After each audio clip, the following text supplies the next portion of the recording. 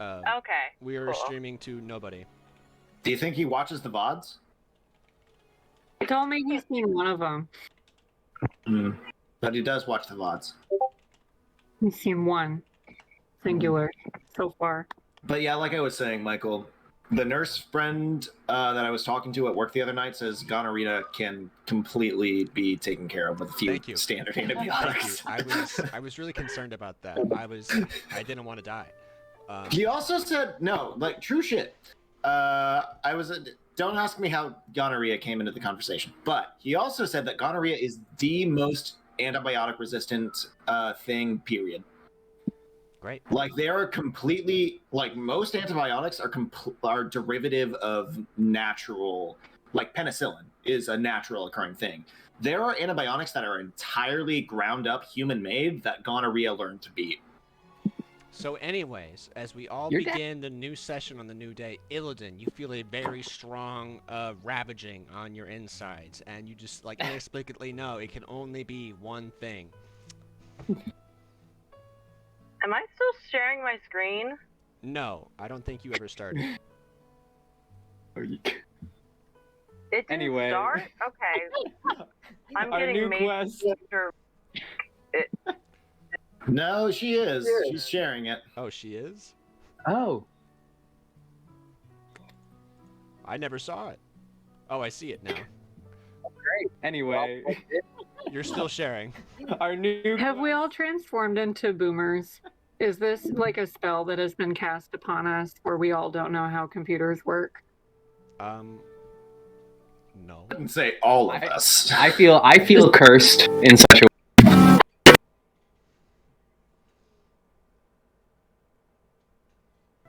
Yeah, no, I've been a boomer all along. Yeah. We're working on it, Caroline. We're working on it. We'll get you there. Okay, We'll get you taken care great. of. Okay, Great. but without further ado, 17 minutes past 6. Are you guys ready to play some D&D? Let's do it. All right, a little quick recap on last week's session. Our group of adventurers, Ada, Illidan, Vidania, and Wolf, were captured and deceived by Lady Watcher of Valaki. She brought you down to the basement where you... Let me switch to... And actually, you know what? Let me, Not that I don't love the Rito music, but I feel like it doesn't really match the...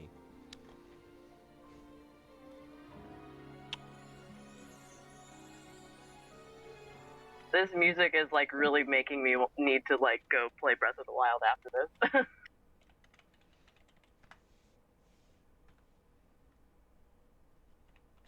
September 1st, I'm moving in with my new roommate, and then I will start playing Breath of the Wild. Nice. An It's important so much day. fun. I will also start getting my ass kicked in Smash Bros. Ultimate with frightening frequency. Nice. Okay. Keep you humble. And there he goes. Excuse me. Uh-oh. Excuse me. I accidentally clicked on the wrong button trying to adjust a thing. But it's fine. It's fine. We're fine. We're all good to go.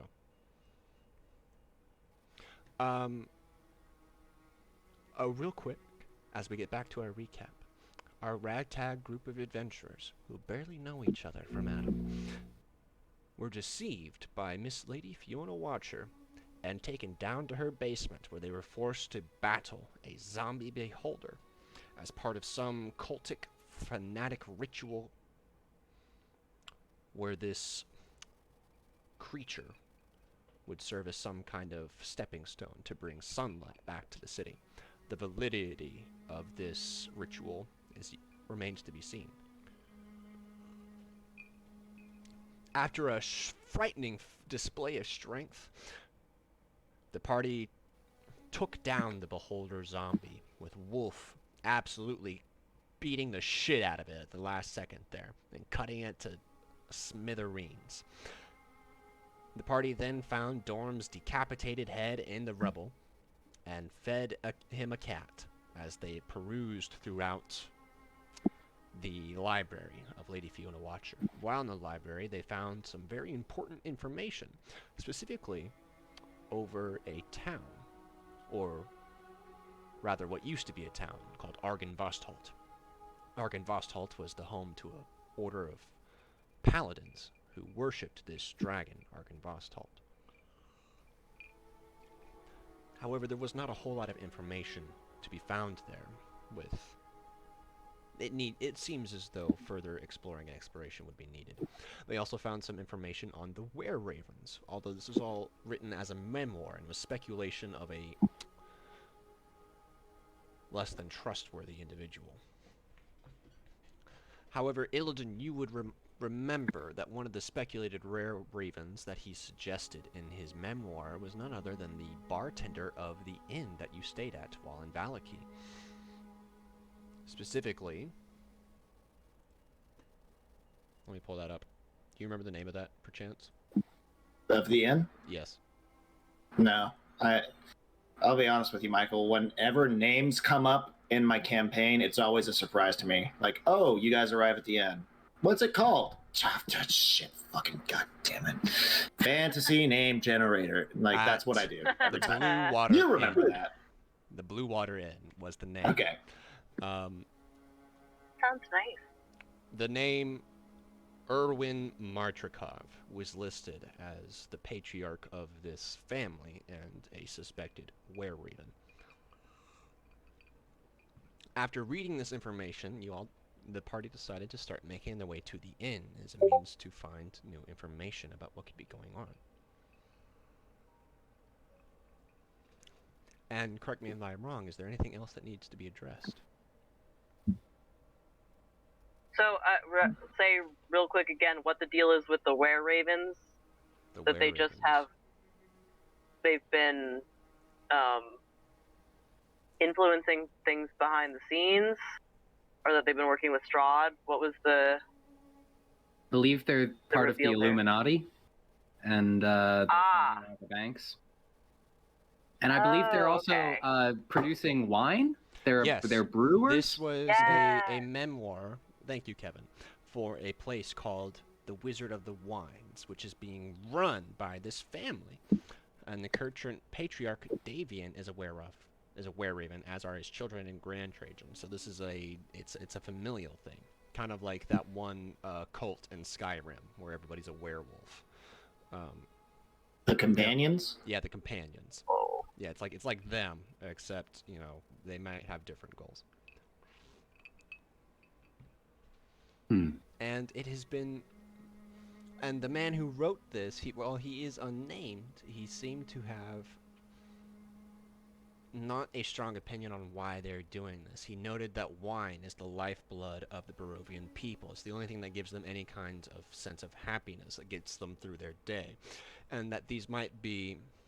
What's the opposite of malicious? Benevolent. Benevolent people trying to disperse the wine to the Barovian citizens.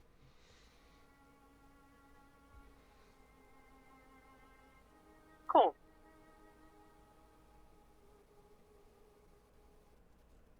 And with that, I believe you guys are all still on the third floor of Watcher House. Oh yeah, what's up, Jaden?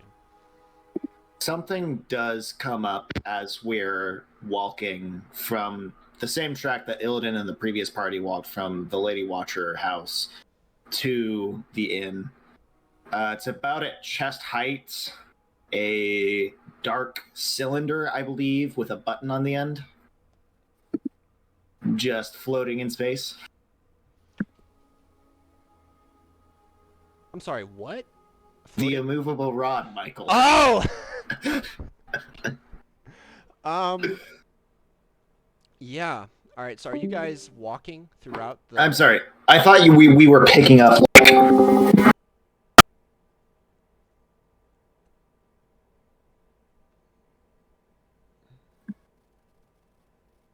Sorry, I just got ear destroyed again. Sorry. No, it's fine. I'm fairly certain it's me. I was operating on the assumption that we were like on the doorstep of the inn when we started, but if we're starting at the third floor, there is something I would like to do. Oh, okay. Then we can start at the third floor then. What would you like to do? All right. Illidan will go down. He'll walk out the front door of the Watcher house. Okay. He'll hang a right immediately, and he'll start looking at the garden. Now, you said that from the window inside the house that the garden looked like desolate and not well taken care of. Is there any disturbed earth at all? No, there's not. Just looks like it's been left to do nothing for a long time. Correct. Okay. Are you... Oh, can you hear me? Yes. Awesome. Great. Was there, like, a reason... Were you thinking someone was going to be buried out there? I mean, there was a cult ritual downstairs, and apparently she was comfortable with killing people, so yeah, I was wondering where they would all go. Do you still have the head? Oh, yeah. Yeah? Is it out? It's in the backpack right now. You hear it kind of like... Ah! It'll like... You said that it's like dawn right now, so it'll do like a quick scan to make sure nobody's like looking right now before he pulls a talking head out of his backpack. Like, oh hey, I have an answer if you wanted to ask a question. Where did all the dead bodies, apart from the guy upstairs, for some reason, go? That lady watcher ritualistically killed. He just kind of looks at you. Makes sense. All right. And then he licks his lips. Oh. By the way, I would like to specify that whenever Illidan is like talking to Dorm's head, it's like he's holding the bag in such a way that like it's a barrier between his hand and the head itself. Okay. Noted. He's like push popping it out the top, but still holding the base like that. You know what I mean? All right. Thank you for specifying this. I can now see this in extreme detail. That's a fair point, though, because was the thing about putting a hand on Dorm's head and him eating it through osmosis a bit, or can he actually do? He can do that. Fuck. That's horrifying. Okay, good to know. So, is everybody outside of the house now? Yes. As you all walk out of the house, Ada, you feel a hand like grab your forearm, except it doesn't feel like a hand. It feels like a mannequin. He grabs you and he says, "Please, I need help." Yeah. What? 1 second. Hi. And you all turn and see a young man, presumably in his early 20s, and a large part of his upper body has turned to stone. Yeah, that's pretty nasty. Please, I need your help. And he falls to the ground. Oh, God. Okay, all right, here we go. Is it safe to touch him? I mean, hang on 1 second. Ada's okay. I mean, Yeah, Ada, are you okay? Nothing's happened to Ada. Yeah, I'm cool. Illidan, do you know who this is? Do I know who that is? Nope, none of you have ever seen him before. I have never seen this man before. Would identify potentially help us figure out what's going on with him? It's a good question. Is a person, would that not... Let me look at... I mean, it wouldn't tell you his identity, if that's what you're wondering. No. I'm more, like, would it tell me about the magic that's turning him into stone, or does he not count as an object? No, he does not count as an object, I wouldn't think. He's not a magical object. He is, He does not count as a magic-imbued object. I wouldn't think so, no. Okay. Jaden, do you have any input on that? I feel like if you're trying to detect magic, the detect magic spell would probably be what you're looking for. Yeah. I do not have that. But I have a feeling that it's magic. I'm gonna go out on the limb and guess. That's probably why he's turning into stone.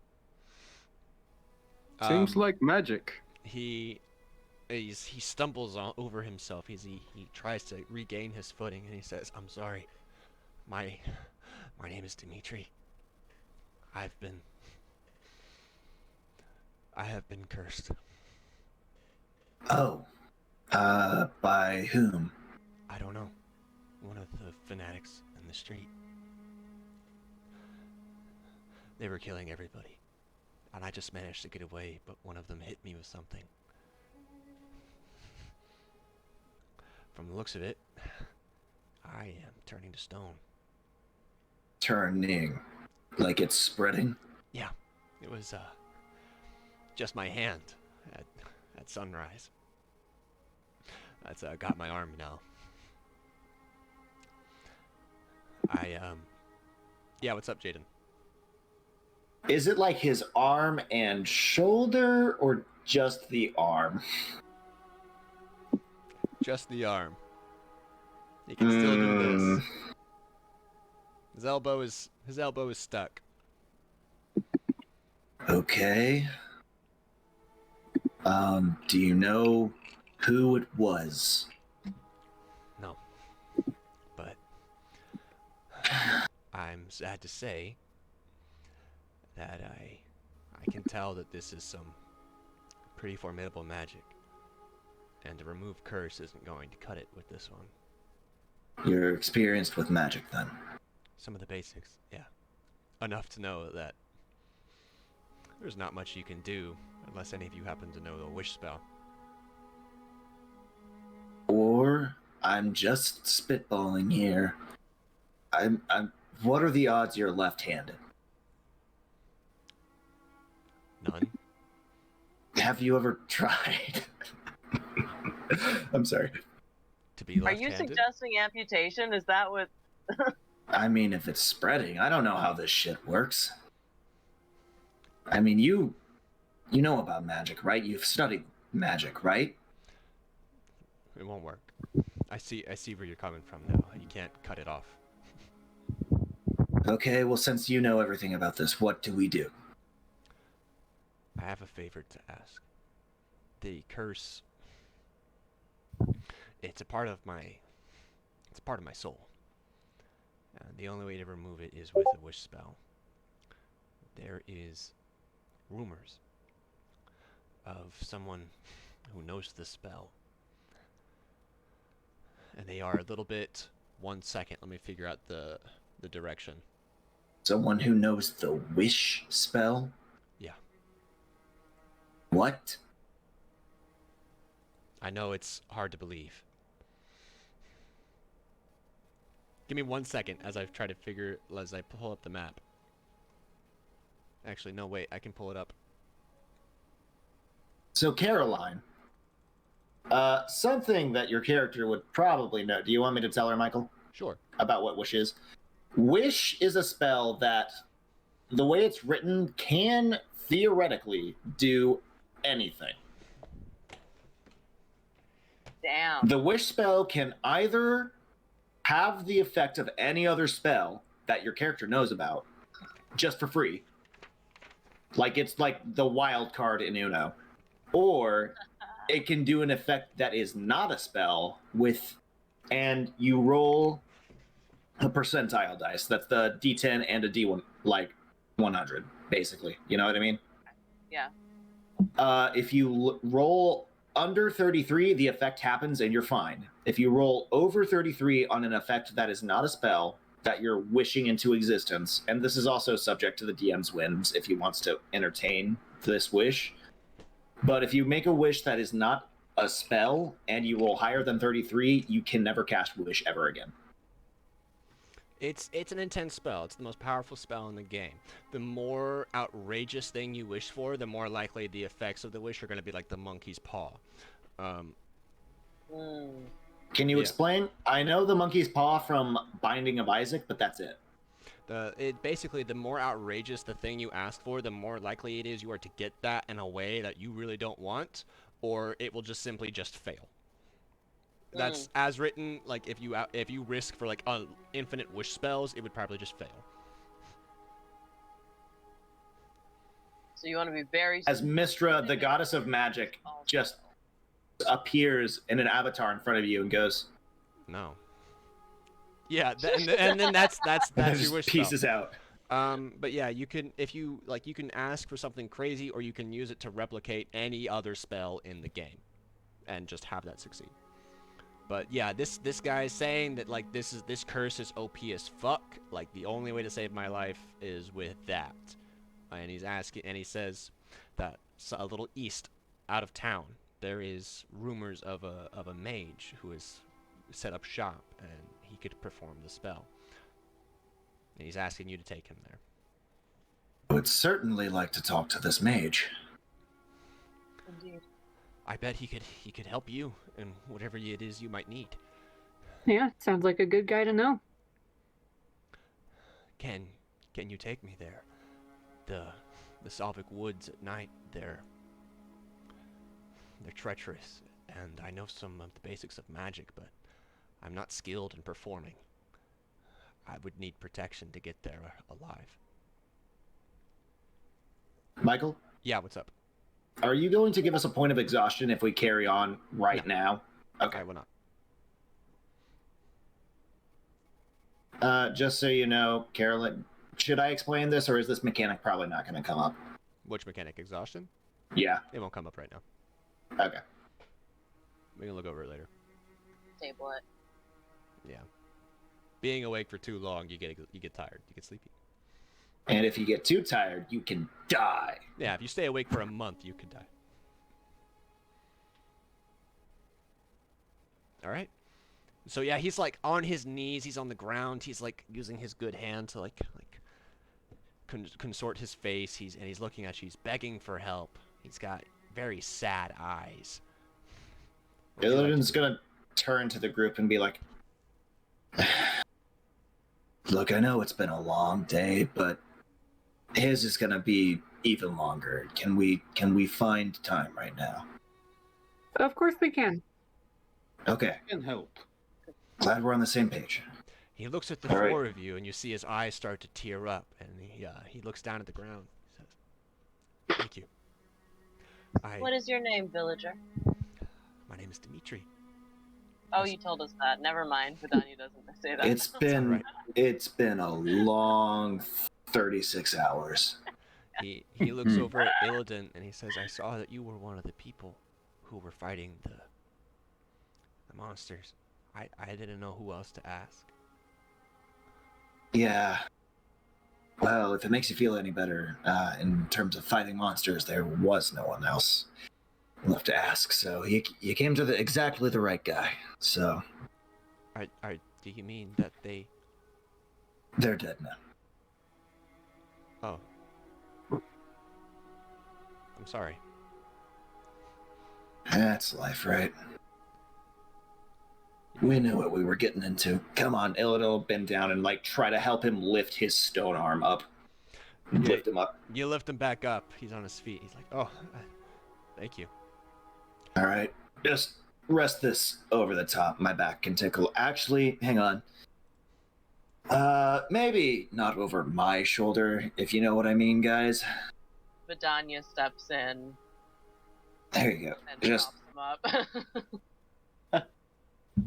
Hold on, I'm gonna get my lamp. yeah. Sorry, I just didn't want that resting on top of my backpack. Good call. Good call. Smart. All right. So you pick him up, and you guys get him into a place where you can help him walk pretty easily. What else would you like to do? Hi ho, I guess. All right. Time to get out of town. How far away is this mage? About a day's and a half travel. Okay. We'll have to set up camp come nightfall, and then we should get there around noon the following day. Oh. This actually works very well. Illidan will turn to the other three. Did this mysterious figure that whisked you away right in front of me tell you about a certain Madame Eva? Yeah. Yes. Great. Do remember that.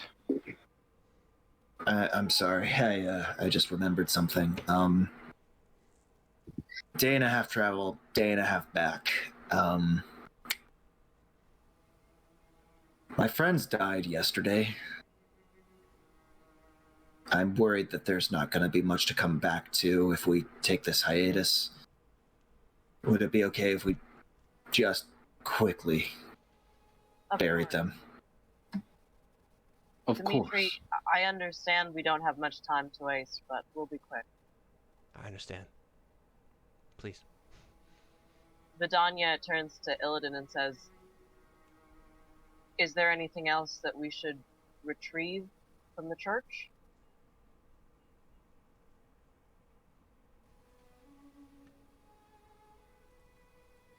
Could give us some sway over the remaining cultists, I suppose.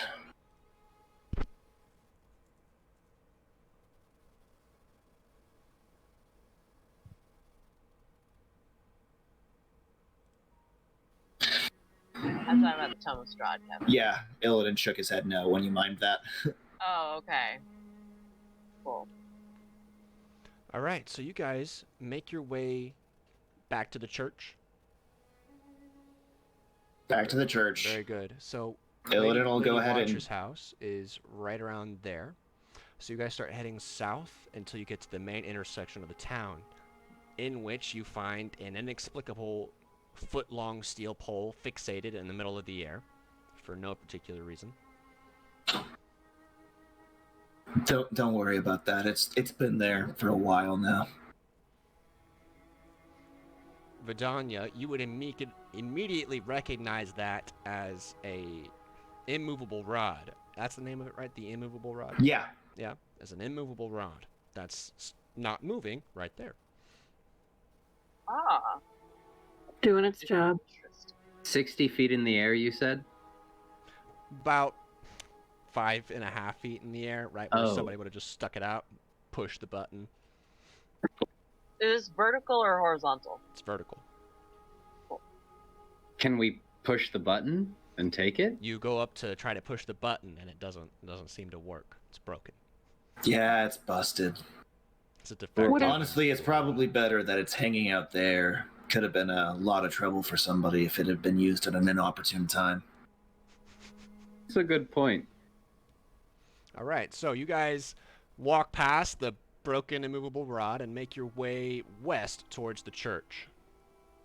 Also, I don't know my east from my west. Dimitri said that the cabin is west of Valaki.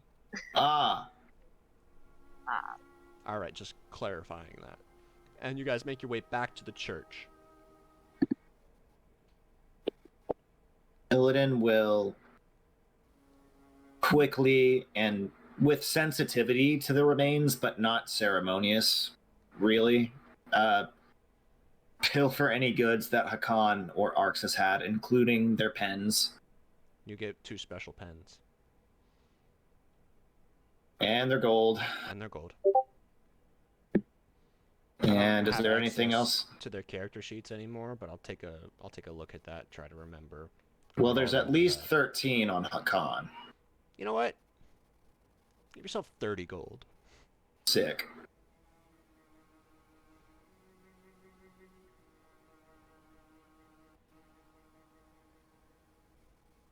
All right. Should we bury them in the churchyard?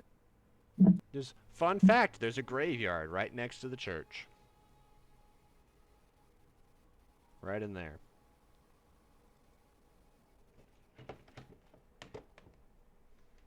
Illidan will grab a shovel and just, start digging. Wolf will join in. Let's get to work. As will Vidania. Yeah. You all work together to bury Illidan's friends. Nope. With the exception of Ada, who stands next to Dimitri and watches. As... No, because I would like to cast Mold Earth. Oh! As you all begin to try to dig graves for Illidan's friends, you all look at Ada expectingly, and she just kind of looks at you as raises an eyebrow. It's like, what the fuck are you doing? Handing me a shovel for it. And then everybody's like, okay, guess she's not helping. And you all start to dig, and she's just like, and then graves just appear in the ground. And you all look back at Ada, and she's like, idiots. There you go. Thank you. Cool. I guess Illidan will hop down in the grave and just like offer up his arms. I guess Wolf will just sort of toss one down. Illidan will take it and he'll set it down. He'll climb out and he'll climb into the next hole. Yep. Oof. Etc. Another sack of potatoes. Okay. And you guys just tossed the bodies into the ground. Ada, are you going to cast Mold Earth again to fill the graves? Yes. Okay. Then Ada waves her hand, and then the ground, the dirt from the graves, then goes back into it, and they are now perfectly packed. You guys completed that task in a very short amount of time. I will use Minor Illusion to put little flowers over the graves. Only for a minute, but, you know. Illidan will turn, and you imagine there's a soft look in his eyes as he acknowledges that action. Illidan just stand between the graves looking at the two spots for a minute. Then just give a... and toward the graves and then turn around. All right, let's get those bones and let's get out of here. Are you taking the bones? We are taking the bones. You take the bones of Saint Andrel. And we leave the book. I mean, it's still really well hidden, right? You're leaving which book? The book? The book. You're leaving it here. It doesn't really help us at all to leave it here, does it? I guess not. I mean, it's a trade-off of us being able to spy on Strahd and him potentially being able to spy on us, correct? Well, only when you use it. Yes. Strahd has to be tuned into it while you're writing it. Yeah, if you just have it in your inventory, he can't do I'm anything. thinking about it, and I'm thinking there might be a lot more people, like devil-worshipping people, perhaps, who would want to find this thing, and I'm thinking that we shouldn't let them. Let's take it. Yeah. So you agree to keep the book. Very good. Bring the book with us. Somebody who's not me, hold this. We gotta be careful about what goes in this backpack. There you go. I already have an unnamed generic book on me. And the stuff I took from the library, so I'll add it into my book bag. Okay, very nice. Alright, so they are buried, you have the book, you have the bones. Illidan, is there anything you want to say over the graves of your friends?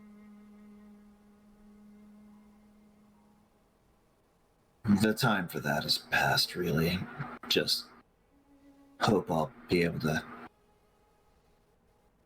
get their souls out of here. Actually, he'll walk over to the graves and say, I'll do my best to get you guys out of this god's-forsaken place. As you do this, as soon as you mention their souls, Ada, Vidania, and Wolf, you all feel a very warm, comforting presence. Like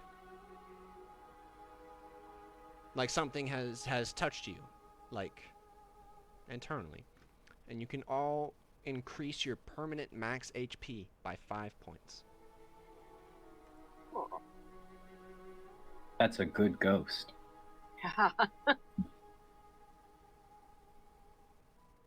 Did you guys hear that? Hear what? Hang on, let me try it this time. How about now? Oh, wait. No? No. Is it the one up sound? Yeah. Nice. Nice. How do we change max HP? I'll add yours, Redania. Thank you. Do your DM wizardry. Doing it.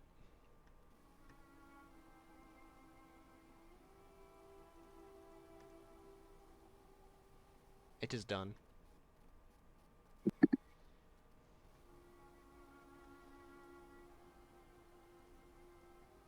Everybody have that added and taken care of? Yep. Very good. For future reference, Caroline, you have to go back into your character sheet and add it on section 2. Oh, okay. Got it. Like your character creation sheet. Okay. We can go over that later. But in the meantime, you guys finish that, and you all feel touched by the ghosts of Illidan's dead friends. Dimitri looks at the 4 of you with anxious eyes. Say no more. Let's go. And you all begin heading west outside the west gate of Valaki to the old Salvik Road. And with that, let's take a quick break and reconvene at around 7. Sounds good. Sounds good. Cool.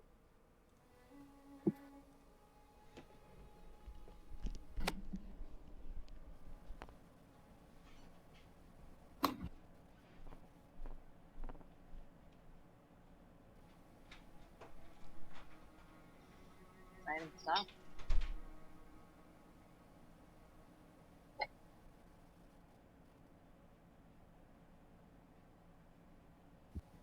How's your week been, Joe? It's been okay. It's been long. Yeah. There is a job open in the Fort Worth Symphony for an English horn player, which is like my dream job. And you can apply. Anybody can apply for it, but they have to then invite you to come audition. Oh. And the deadline to apply was Thursday, and I still have not heard anything. So I'm starting to get a little nervous. Yeah. But it's okay. It probably does take them some time to go through the amount of submissions. Oh yeah, definitely. I've never taken a big audition like this before. The only reason I'm so nervous about it is because it is like the ideal like end game job. Yeah. Like it's Fort Worth is not like the biggest or best symphony by any means, but like it's home. It's an English horn job, which I want to have. That's It's so like cool. tenure track. I'd have like health insurance. Oh my These God. are like far-fetched dreams. Yeah, that would be awesome. Yeah. I got my fingers crossed. Thank you. I honestly, if I just got invited to audition and maybe made it past the first round, that would be a huge victory. That would be just so cool all by itself, but we'll see. Cool. Man, So, I know we waiting do. can be really stressful, but that's a really Yeah. Yeah. There's another job open in Kansas City for the same thing. But their application closes in August, so I'm not going to know anything about that for another month. How about you? How's your week been? It's been pretty good. My boyfriend and I went out to, well, it used to be his grandparents' house. Sadly, his grandfather passed away, and his grandmother she's been moved into a facility. She can't really be by herself, but it's this like beautiful like multi-story log cabin. Whoa. Yeah, it's like a 2-story house that they built and designed themselves, but it's like a genuine log cabin. You can see the like trunks of all the. It's really cool. Yeah. Yeah, but we've gone out there a couple of times to like escape from our families during COVID and just have some private time. And Yeah. they've been trying to sell it and they closed on it just this weekend. So during the week we went back there for like a last little trip out there, and it was really nice. That does sound really nice. I'm glad you got to do that. Yeah, I am too, because I thought they were supposed to close like the Saturday before, and we had been trying to see if we could fit like another little trip in, and it was like, oh no, we're not gonna have time. Oh well, it's fine. But then we got a little extra time, and it was really nice. It's Very nice for him, I think. You know, he's been going there since he was little and has a lot of memories. Oh yeah. Yeah, but it was a nice, I think, send out, chance to say goodbye to it better, because the last time he was there, he was just like moving tons of furniture and helping, get all the stuff out of the house. So Right. it was nice for him to be able to actually spend. That's really good. How long have you guys been together?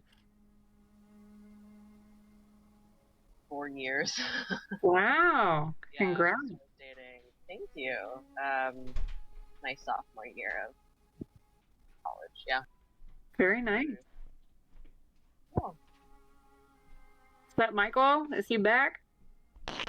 Can't hear his stuff. Maybe. Yes, I can hear you now. What's up? Were you saying anything important? We were talking about like you behind your back. Oh. And also feelings. And also feelings? Feeling. Girl stuff. Yeah, girl stuff. Oh yeah. Painting art. Men don't have feelings. That's not allowed. Except I actually was painting my nails earlier, so. Yes.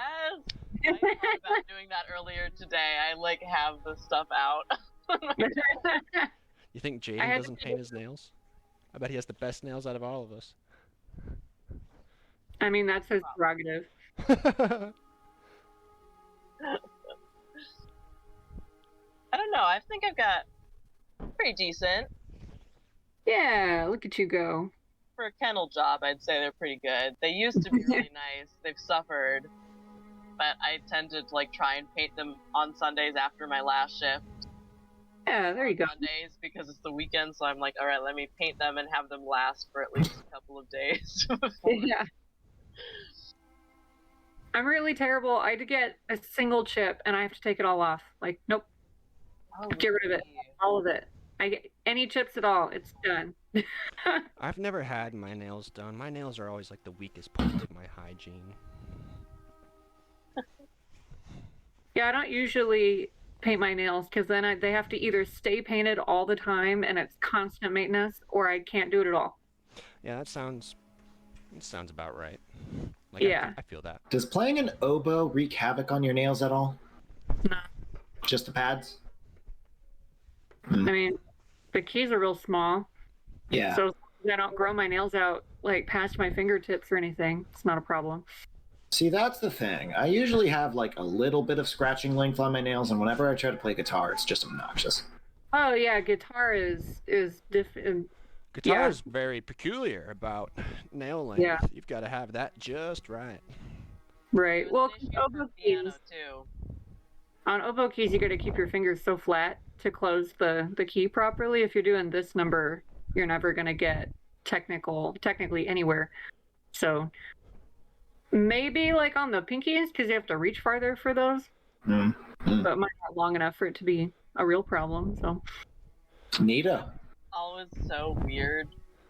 Every time we had to learn recorder or something in school, because for piano they drill it into you that you have to have the curve, and if your fingers are flat, you're doing it wrong. And then they were telling me to do that, and I was like, "Go!" I've been taught since my childhood.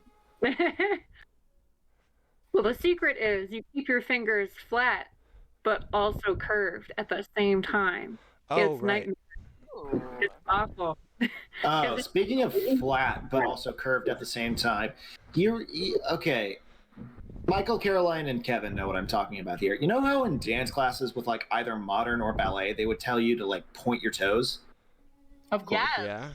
Okay, so you know how when people point, this is pointing, right? Mm-hmm. And you know how in ballet, when they want you to point, it's this? How? How is this pointing? This is pointing. This is a straight line that points in a direction. This is a curve. This isn't pointing, this is curved. I'm still mad about it. I feel like Jaden's pretty mad about it. This problem with the French.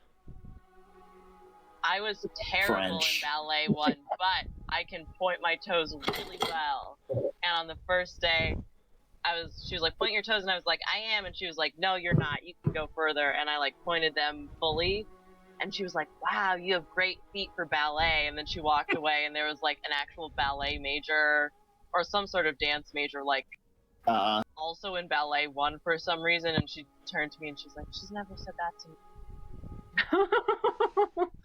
And so you ballet. You were sandbagging for the rest of the class, right?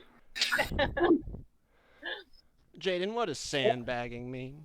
It's when you pretend to be worse than you are. Oh. Oh, I didn't need to do that. Beyond pointing, like I was great with that, and then everything else with ballet was like. See, ballet was always like dance classes in general were always super frustrating. So we'd be like, okay, so do 3 of these, and then do a 4 count of this, and then an 8 count of this, and then do 2 of these, and I'm like, bro, you lost me at step 2, okay? It's just 2 things at a time, max, please. I took hip hop with. I'm lost. These, so. I took hip hop with a bunch of 4-year-olds. Ambitious. Well, not 4-year-olds, 12-year-olds. And that sounds fun. Wait, I imagine it was a little less stressful though. Weren't they girls too? Yeah, we were living together at the time. Yeah, okay, I remember this now. Yeah, no, it was a bunch of 12-year-old girls every Wednesday. And at first they were like, why is this 21-year-old man doing hip hop with us? Because they were in hip hop 4. In his soul. And I just wanted to learn because I was getting free classes from the studio at the time, because this wasn't with school, this was with the studio. And like the lady teaching the class was younger than I was, and she was very nice. But yeah, once the 12-year-olds, like, at first they were like, oh, this guy is what a weirdo. And then they realized they were all better than me. And then they all became like my biggest fans. Like, you can do it, Michael. You just got to do it like this. And I was like, oh, thanks. I appreciate you, Steph. You're doing great. It's adorable thing I've ever heard. Yeah, I hope they're doing well. Aww. I also had a class with all the 16-year-old girls. I was taking that one with Haley Hatfield, and they did not give a single fuck. They're like, get back to class. Like we're dancing up here, sir. As a teacher, 16-year-olds are the worst, and 12-year-olds are the best. Like, they are, like, on the opposite ends of the spectrum. All other ages are in the middle. Mm-hmm. Interesting. All right. I am going to grab a thing of water real quick. Water's very important. Yeah, 12-year-olds are usually really nice. They haven't really done the puberty angst thing yet, most of them. And so they're still, like, on your side. 16-year-olds think they're the shit, and you have to convince them to pay attention to you. 17 and 18-year-olds, they're over it. They just want to go to college. They're just like, yeah, okay. Just tell me what to do. But 14, 15... and then 16 is the worst. They get progressively angrier. Like, even the students that I started when they were 11, the ones who are like 15, 16-ish now, I'm like, what's wrong with you? Why are you doing this? We were bros like 6 months ago. But then you turned 14 and now you want to argue with me every week. And it's inexplicable. Oh. Awful. Real quick.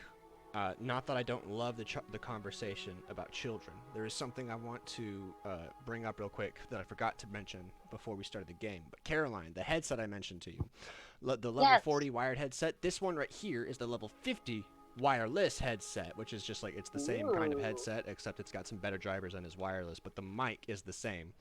And it's like... Is that the one I tried on, the really comfy one? Yeah. Nice. Yeah. Very cool. But the level 40 version is like half the price. It's got a small wire. I keep mine at the office where I work. Nice. But yeah, all of the Honestly, compromises. wired is better for me. All of the compromises they made for the wired headset were in the audio quality, so the mic is still very nice. Nice. Fantastic. Very good. But with that, are you guys ready to get back into it? Yes? I looked away if everybody nodded at the same time. All right, cool. Then let's get back into it. You have all just buried Illidan's friends, Arxus and Hakan. May they forever rest in peace.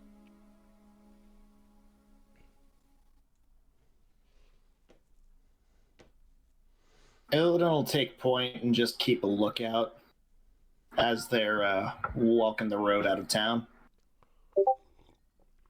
In fact, he'll look over his shoulder. Does anybody see us leaving? No, this part of the town is pretty desolate. Yeah, so there's nobody there. let's... I'm gonna subtly point towards Illidan and cast a message. And I'm gonna say, hey, is it okay to ask you about what these bones are and why they're special in front of Dimitri?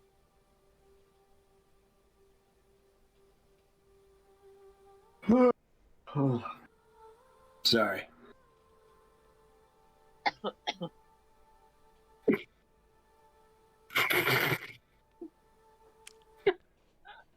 Oh, okay. Is that Do you like our subtle hand gestures, Joe? is that all is Illidan's going to say, Jaden? Yeah, to that, yeah. Okay. And that was in message, so Dimitri didn't hear that? No. Okay. Very good. Yeah. Wolf is gonna bring up the rear. All Play right. sweeper. Let me change the scene. You guys are all on the road.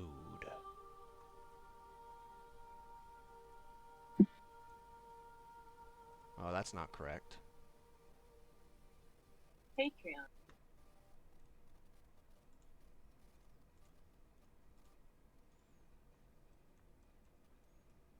And token. Very good. And let me go ahead and get Dimitri in here.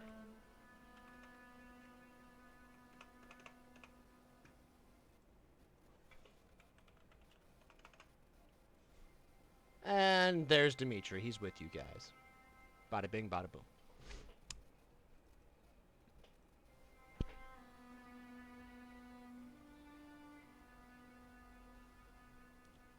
Wait a second. There is a way.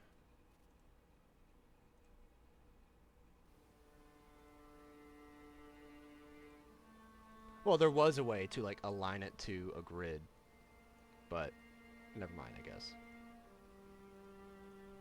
Alright, so you guys are all walking throughout the old Salvik Road. And this road, by the way, is very dark, desolate, and depressing. It begins to make sense why Dimitri had asked you guys to help him get here. This is very reminiscent of the original road that you traveled to get into Barovia. The road where the trees kind of create an overhang and blocks out any kind of sunlight, so it's dark. Do we still have the mist around us? There's no mist. It's just dark. Characters with dark vision you can see unimpeded, but if your character does not have dark vision, it's hard to see. Yeah, what's up, Jaden? When you say unimpeded, is that within the range of your dark vision? Correct. Or within the range of your dark vision. Thank you. Oh, hey, Vidania. Come here a second. I come over. Remember earlier when you were talking to me about how you're an elf and how you can see in the dark better than me? I was joking. Oh, well. I don't believe that I can. I don't know how wait, for real though, how far can I see? I don't know what my... Elves have 60 feet dark vision. He is 60 correct. feet. Nice. How well can you see, Illidan? Check it out for yourself. Illidan will put a hand on her shoulder and give her Eyes of the Night. Have you played Skyrim? I played the beginning. Okay. Well, never mind then. So just as Illidan puts his hand on your shoulder, imagine, like, there's no light in his... like, the moon on his blindfold is just a black dot, but, like, on the edges, glowing behind it like a lunar eclipse. You see some pale light for a second that shines from his blindfold, and for a second you're like, oh, that's bright. Ugh. Huh. And now you have 300 feet of dark vision. You can now see 5 times out further than you used to be able to see. Whoa, cool. Yeah, moon god, so... Moon god. As you're all walking, you begin to notice that Dimitri is tripping on shit. Oh, shit, sorry, hang on. Illidan will, Dimitri, here, Do you have some? Just Illidan will cast lights on Dimitri's petrified arm. Dimitri's arm begins to glow very brightly. How big of a range is that, Illidan? I believe light is bright light within 30 feet, but let me double check. It might be 60. 20 and 20. Yep, 20. Yep. All right, so there's a bright light within 20 feet radius all around Dimitri, and within a little extra 20 feet beyond that, there was a dim light before it fades into the black. So, now characters without dark vision can see pretty easily within 40 feet of Dimitri. Dimitri just kind of looks at his now glowing arm, and then it begins to expand into his shoulder, preventing him from moving it. And it is now locked in place as a large glowing lantern. And he just kind of looks at you and he says, "Thanks." Wait, did that spell make it worse? No. No, it was gonna do that anyways. Well, at least we're keeping track of it. Yeah, sorry. No, Moving on. It was a creative solution to the problem. I appreciate you. What was your name again? Illidan. Illidan. Right. I don't think I caught any of your names yet. Except for Illidan. I just got his name. So I know his name. You don't need to tell me again. I know what it is. But you other guys, I don't know your names. If you wanted to tell me what your names were. It's very nice to meet you, Dimitri. I am Wolf. Right. It's nice to meet you, Wolf. So I'm Vidania. Vidania. It's nice to meet you too. Pleased to make your acquaintance. I'm Ada. It's nice to meet you, Ada. I'm Dimitri. You knew that. I'm sorry. So Wolf, are you a wolf? Are you part wolf? I couldn't help but notice that you don't look. I'm sorry. Was that rude? Should I not have asked it? I've never met. Perhaps so. Do I look like a wolf to you? No. I'm just. No. I'm not certain what else. No. Okay. I'm sorry. Wolf is a Leonin. Forgiven. What is a Leonin? We are, Right. It's one of those. It's Wolf. Right. Okay. Sorry. Yeah. It's... Yeah. To be perfectly honest, I had never even seen his kind before, and I'm from outside of the mist, so... You guys are from outside of the mist. Yeah. That makes sense. How much do you know about the inside of the mist? How long have you guys been here? I've been here a little over a week, I think. Yeah. Yeah. 2 days. 2 days. Yeah. Wow. I'm sorry. Yeah. You all look at Dimitri, and the way he says that word is like, that sucks that you guys got in here. He feels for that. I'm sorry. Yeah, we're starting to know what you mean. I wish there was a way to put up signs, but the farthest out I can put a sign, by then it's already too late. I can't get out past the fog. Right. You put warning signs to try and keep people from coming in? I tried once. The fog started to it burns your skin. Yeah, don't touch the fog, it's bad. I nearly lost an arm, but I guess as it would have made. It wasn't much the same difference. arm, was it? Oh, it was. Yeah, I had a neat scar. Okay. But once this is all over, try ambidexterity. Give it a real honest try. I'll just do that. Yeah. I'll just. Well, it was very good of you to try and warn people to me. Yeah, seriously. But yeah. we came here on purpose, How- believe it or not. You're a native of Valaki, right? No, actually. Oh. I came from Krezk. I have not been here long enough to know what that is. It's not a thing anymore. Oh. Krezk was an old town. It's mostly ruins now. The devil destroyed the original town many hundreds of years ago, and some people from Valaki, my ancestors, they tried to rebuild, and it didn't go well.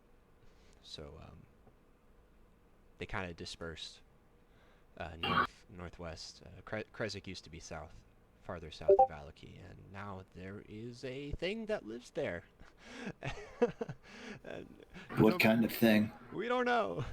It just Furry? I don't know. I've never seen it. Just seen Okay.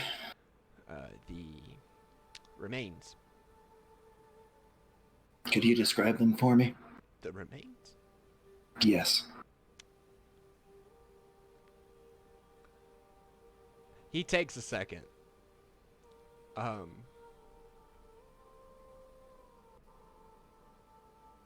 I'm sorry, I can't right now. Don't worry about it. We're one thing at a time, right? Yeah, he's my brother. Hmm. Sorry. I'm sorry. I didn't mean to poke a fresh wound like that. No, it's fine. Wolf, I just wanted to apologize again about your leaning. Nothing to worry about, my friend. Just jesting with you. Right. There we don't almost all of Barovians are human. So I have noticed. yeah, anyone who is not a human is pretty clear indicator that you're from out of town. I am not used to seeing many of my kind. Right. Okay, put a pin in that. I will forget, but don't forget. I kind of want to talk about that a little later, Wolf, just between you and I. Side note, can you guys hear the shrieking child in my house right now? I can hear a little bit of background something, but it's not. Oh, man. I'm sorry, there's a shrieking child. It's not very distracting. I'm glad you're not distracted.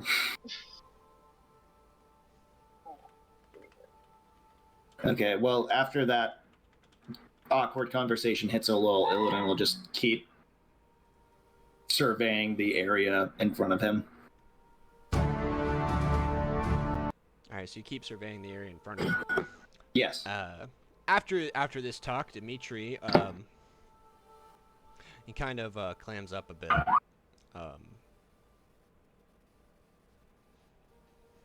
And unless somebody else would like to say something, you guys will continue traveling in silence for the next couple hours. Quick clarification, because I forgot. Ada is human, yes?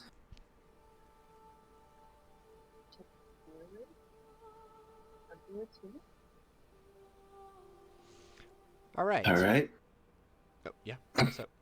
No, yeah, I was doing the same thing you were doing. Alrighty. Give me a second.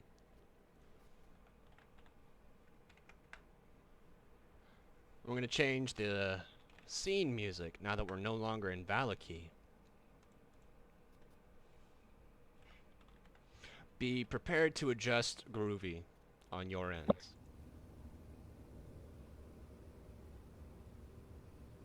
I have D&D ambience music, so I actually haven't heard this music. It's an hour long. We'll see how it works.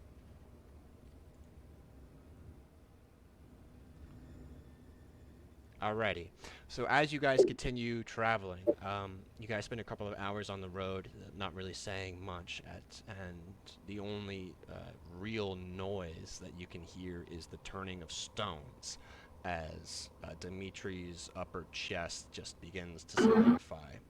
Around it gets to his upper right chest, he starts breathing really, really heavily.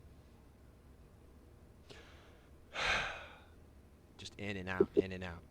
Okay, Dimitri, what I'm going to ask you to do here, take a deep breath with your chest and try to hold that chest shape, okay? Big chest, all right? Hold that. Your chest will continue turning to stone, but you can keep breathing with your stomach. Do you understand what I'm saying? We're just going to keep that area free and opened up, all right? Yeah. Yeah, that makes sense. Thanks. You should go back to your Alexander. What did you just say? Your whisper was a little bit too much of a real whisper. I said Dimitri, go back to your Alexander training. God damn it. That was nice. Are you in on that joke, Joe? What? Alexander technique? Yeah. We're talking about? Yeah. Yeah, musicians know about Alexander technique. Ah, cool. Musician, all about breath work, my boy. Yeah. All about breath work. No bueno. Arguably, she might know it more than us. She probably I'm willing had to accept that. a better teacher than Dr. Joe. Probably. What? No way. I take it your instructor was not very quality. No, he was a good guy. He's a good guy. He's just disorganized. We love disorganized. Also, if he ever offers to direct a show, tell him no, because he won't direct it. Oh, good. That's what you want in a director. Yeah. That's what all 30 of us said. All right. Yeah. Anyway. That was a good show. All right. So, anyways, you guys continue making your way. Good job. Making your way through the forest, and then. Oh, this ambience. It's kicking. You guys continue to make your way through the forest. You begin to hear growling.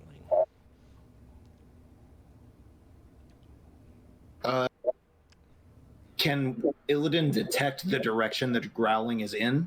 No. All 15-foot radius around you, there's nothing of significance.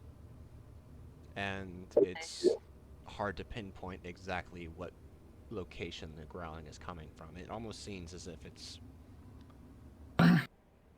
all around you. Okay. Hold up, guys. Stand together. Illidan's going to start reaching into his coin purse and just pulling random coins, casting light on them, and throwing them into the darkness. Where would you like to throw the first coin? I'll throw the first one to my south, down about here. The next one north, up about here.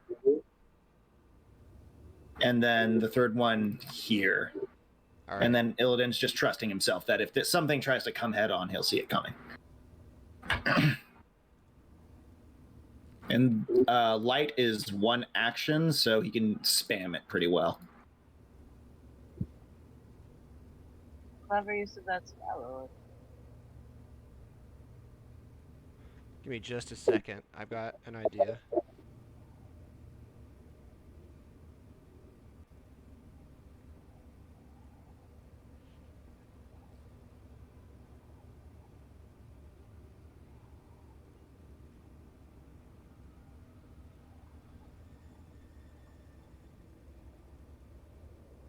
How well can you guys see around?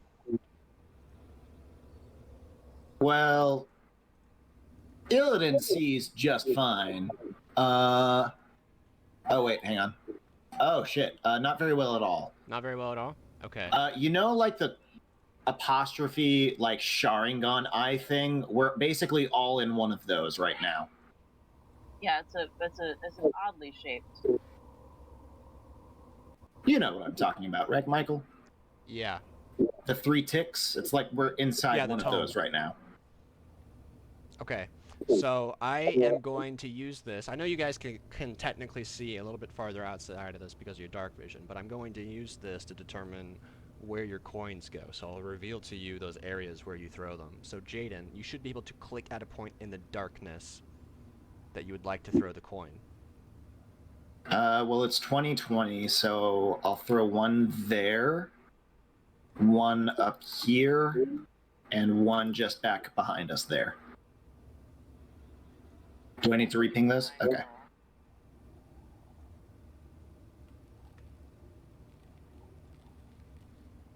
Oh boy. He's a big boy. You all see as the third coin that Jaden throws lands right at the feet at a very large wolf. This wolf is...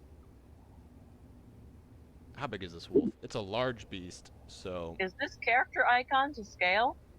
Yes. Yikes! Yeah, no, this is a dire wolf, so this is a very large creature. I didn't know that was sitting outside the game. How does it react to being revealed?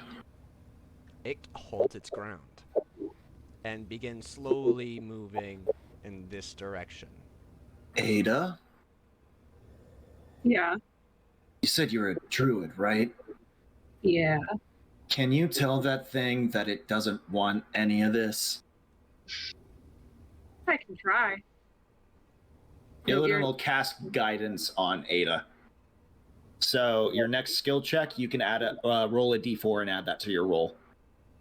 As Illidan, once again, a faint light shines on the outer ring of this moon, as almost like an eclipse shines through, and a little beam of silvery light travels around and down his arm and then just disperses across your chest as Illidan just pats you and dissolves into your skin, and you feel a little encouraged.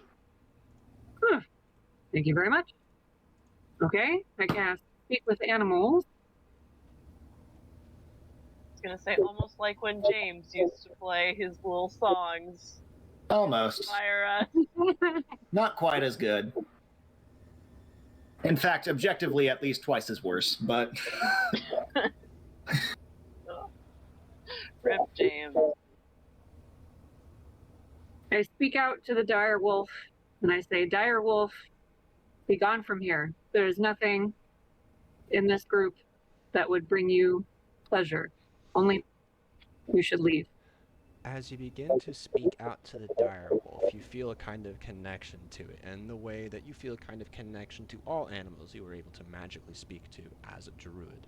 However, this time it's different. It doesn't seem to be normal. It seems as if it's in nearly a state of disarray or distress, as if something is there besides you and just the wolf, as if something is influencing it, something is commanding it, something is controlling it, and you feel a presence that just drills into your eyes from the eyes of this wolf that feels all too familiar. The wolf says nothing in response. Sorry, what was that? Guys, this is bad. All right, as in kill now, ask questions later bad? Yeah. Yeah, this wolf is not in its right mind. Okay. I feel... Illidan's going to do a quick scan because he knows that wolves do not travel alone, and the ones that do travel alone don't try to start shit, so... Are there any others around?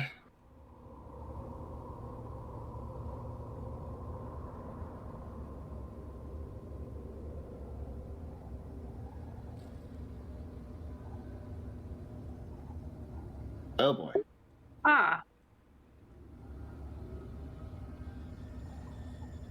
Illidan does a quick scan and sees through the trees with his dark vision and tosses coins in an appropriate place to keep the immediate area lit for all of his companions. Hang on, guys, I gotta mark off 5 coins. Okay. The wolves are just circling you.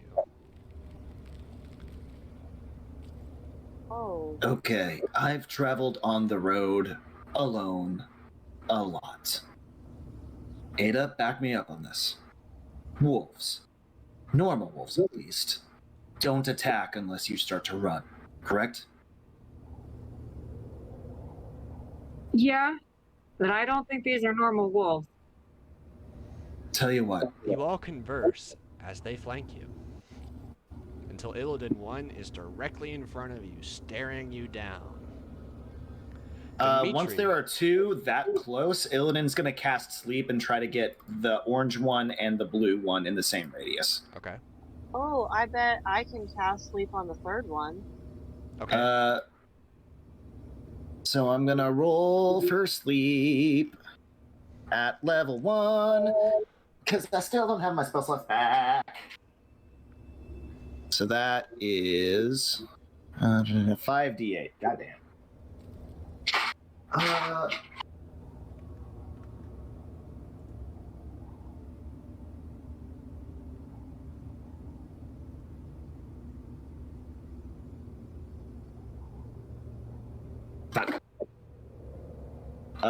20? 20 total? Does that 20 total? Does that get one of them, I hope? There is no effect.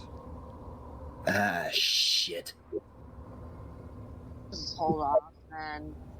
Are they still chilling? They're all just staring you down. Okay. It begins to snarl at you, Illidan, as though it recognizes that you attempted to cast a spell at it. Oh, well, if you didn't like that, you're not going to like this. Illidan is going to burn another spell slot. He's going to cast Fairy Fire on the same two in front of him. It's a 20-foot cube. Creatures inside need to make a dexterity saving throw, DC 14. If they fail, attacks against them have advantage for the duration. Okay. What kind of save is it again, real quick? Dexterity. Dexterity?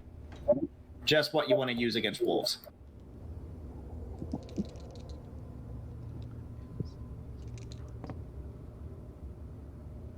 They both fail.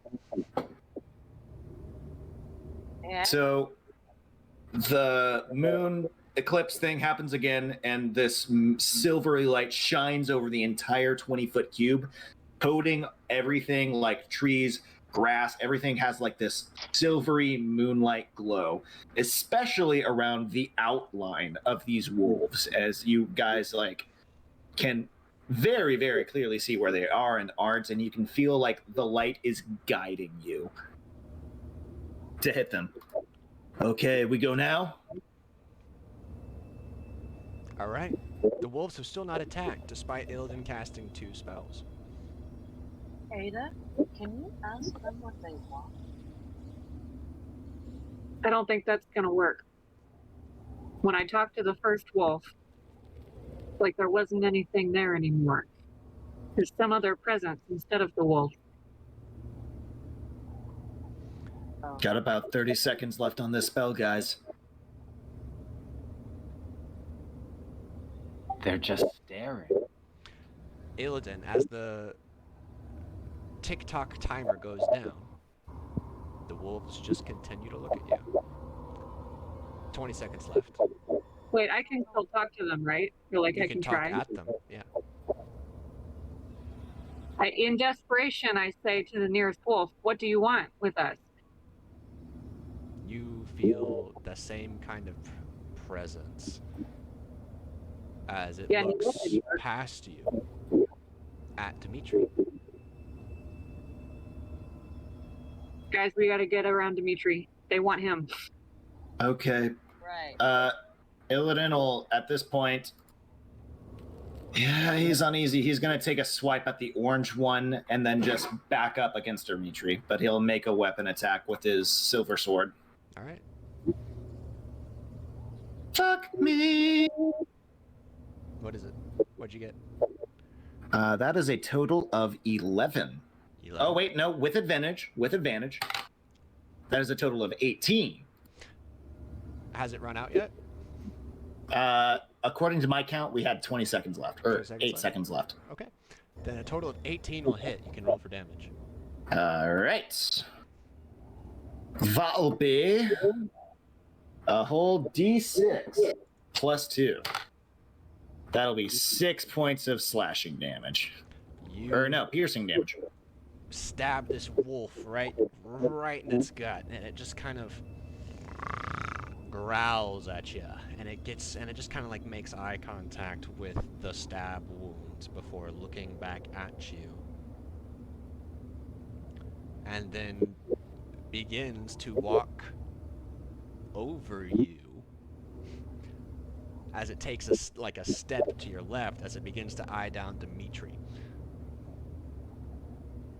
Guys, Everybody Time can to go ahead go. and roll for initiative now. oh yeah, that's what we want, baby. Gonna align everybody on the grid. Wolf, did you make any movements while that was happening? No, I'm still bringing up the pack. Alrighty. Oh, hey, if you roll for initiative on above VT, like you guys have been doing, or on D&D Beyond, it'll automatically add your initiative count to the tracker. Cool. Oh, I'm sorry. Yes, I did move. When everybody circles up around Dimitri, I will also. All right. Okay, I'll use D&D Beyond for initiative from now on, but just for this time, because I already rolled, I'm at 2. All right. That's cool. I can also add it.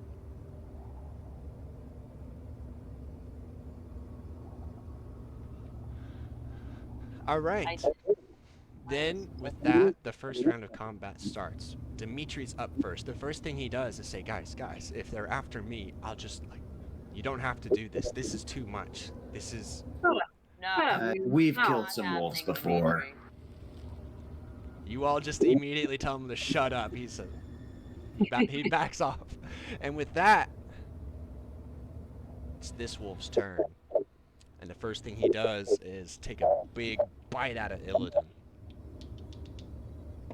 Or try to. As a 17 hit, Illidan. My armor class is 18. Illidan ducks out of the way at the last second. Goof! Shield. And with that, it's this wolf's turn. He's gonna try to take a bite out of Wolf. Does a 17 hit, Wolf? That meets my AC. That meets your AC. You're gonna take... How about that? You're gonna take 5 piercing damage, and I need a strength saving throw. Okay.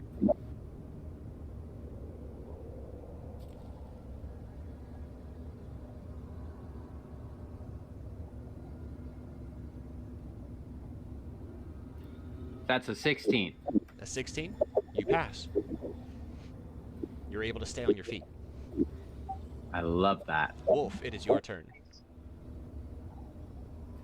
All right, I'm going to swing back at this wolf that just bit me. right. I'm going to make all my attacks, and I'm going to make a trip attack on this wolf.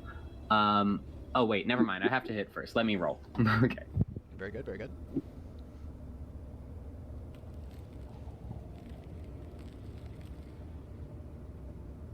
That'll hit.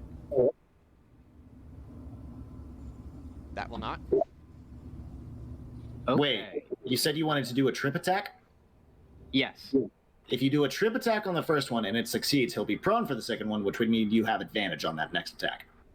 Ooh, thank you, Jaden.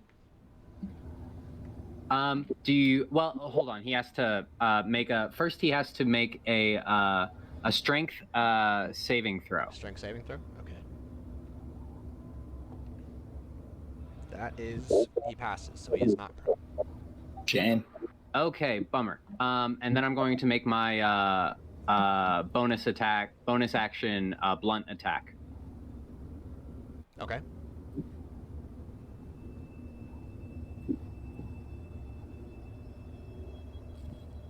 Is that to hit? Yeah, 12 And will that's not 12 hit. to hit. Okay. And here's the damage for my first attack. I love that it tells you what kind of die the player used. That was a D20.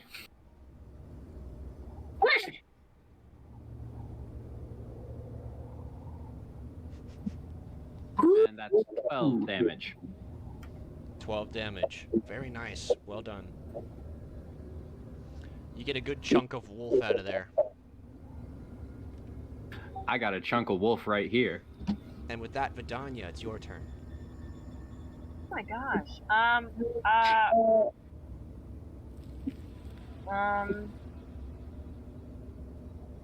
gonna do.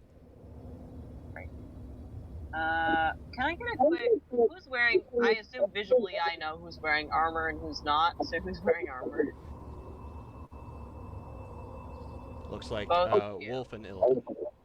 Okay, right. So, never mind. 'Cause I don't think I can.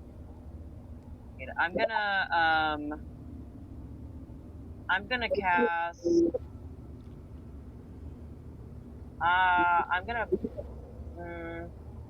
cast a level 1 magic missile and send a dart at each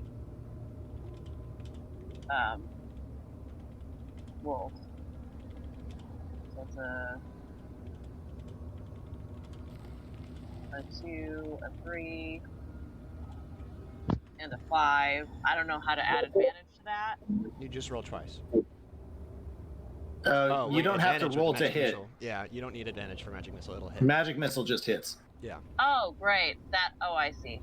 If there is a possible path from A to B, A being you and B being your target, it hits. Right. Yeah. Where would you like your damage to go? I'd like the biggest one. Here, I'll put the 5 on Orange Boy right in front of us. Okay.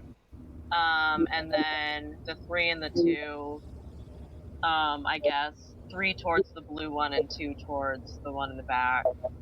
And then I'd like to use a bonus action. And I'd like to use my Staff of the Adder. And I'm gonna say something in Parcel tongue?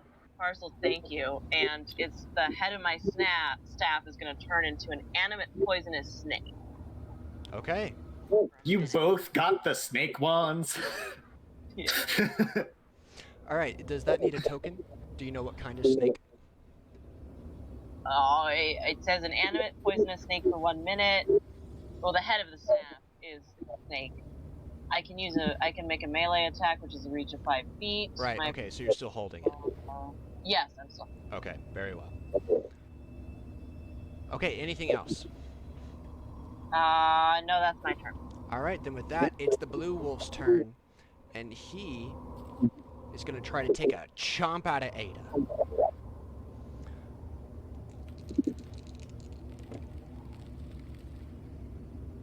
Does an 18 hit? Yes. Very well. You're gonna take 12 damage, Ada.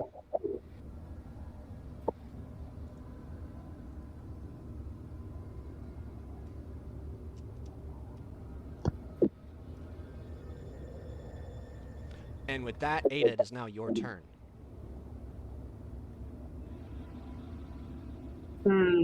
Okay.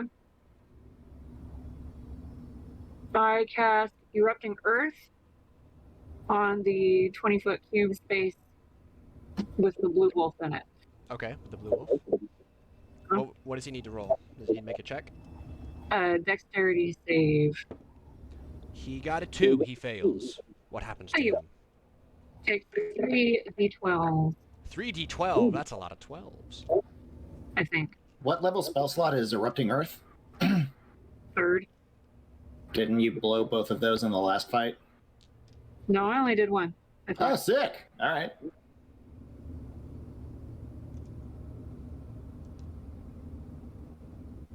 $27.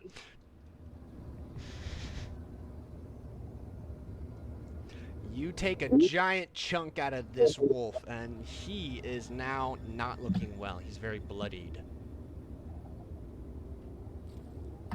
And with that, Illidan, it's your turn. Illidan's going to take a moment, and he's like whipping his head around and says, Saloon, I really appreciate being able to see all around me most of the time. And... shit. Yeah, he can't... Fuck. Illidan can't break formation. He's protecting Dimitri. He also only has 1 spell slot left. Illidan's gonna make an attack on the one in front of him. Are we still doing this with advantage? Is this within the 8 seconds? That would have been a round, so this would have been the last round with advantage. Okay. Illidan will take another silver short sword swipe against the one in front of him. Natural 20. Very well. Deal your crit damage, sir. So that's 1d6. That's 12 total damage. 12 total damage? Yes. 5 times 2 plus 2. Very good. This wolf is now also bloodied. Very well done, Illidan. And with that, it is Dimitri's turn. And he actually tries to move forward towards this blue wolf that's trying to take a trump out of Ada and hold his, munition, his, rocked arm in between the two of them. And that's how he spends his turn. Ow! He just kind of takes his entire upper body because he can no longer move his shoulder and just kind of put it right there. So Ada, there's now a rocky arm in front of you. And with that, it is this wolf's turn. It's going to try to take a chomp out of Illidan again. That is a 16 to hit. Does not hit? Nope. Does not hit. Now it's this wolf's turn, and he got a 24. He's going to try to take a bite out of Wolf. Wow, okay. That's going to be 6 damage. Owie ow. And can I get a strength saving throw? Wolf. Coming right up. That's a nat 20, 26. You are very agile. Very strong. Yeah, it doesn't even matter. It's just like, He's yeah. He He's a breaks girthy on boy. me like Such a waves on the badass. shore. And God. like this wolf, like this giant fucking wolf takes a bite out of you. You're just like, This giant wolf is like reaching down to bite you, and it just goes, "King, ah!" and with that, Wolf, it is your turn. Wolf Okay. is wearing fucking plot armor. He is older. He's just He is really feeling. dodging gigantic dire wolves. Oh my god. He's just really feeling himself. Hell yeah. I feel like Mr. Blue Wolf is looking pretty ragged right now.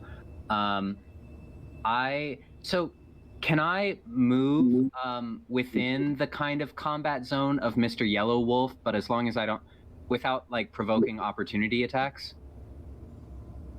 Yeah, I think as written, yes. As written, yes. Okay, cool. Then I'm going to make my attacks against Mr. Blue Wolf up here. Okay. You may roll to hit, sir.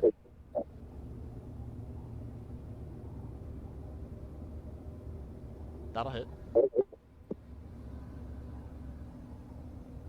That will also hit. I love that. Here's 1 damage. Here's 2. You, after Ada has taken out a good chunk of this wolf, followed by Vidanya's magic missile, you just kind of stab it in the face and it keels over, dead. Down, doggy. And with that, anything else, Wolf? That's my turn. That's your turn. Then You Vidanya. can still blunt attack the one to your right, right? I think I can. Let me read that, but I kind of think I can only use it on the one I just attacked.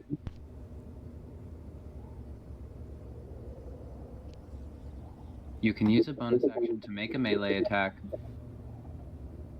No, there's no.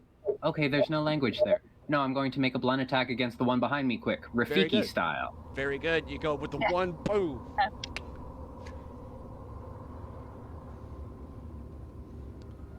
And I think that'll hit. That'll hit. Yeah, that's a 20. Yeah, that hits.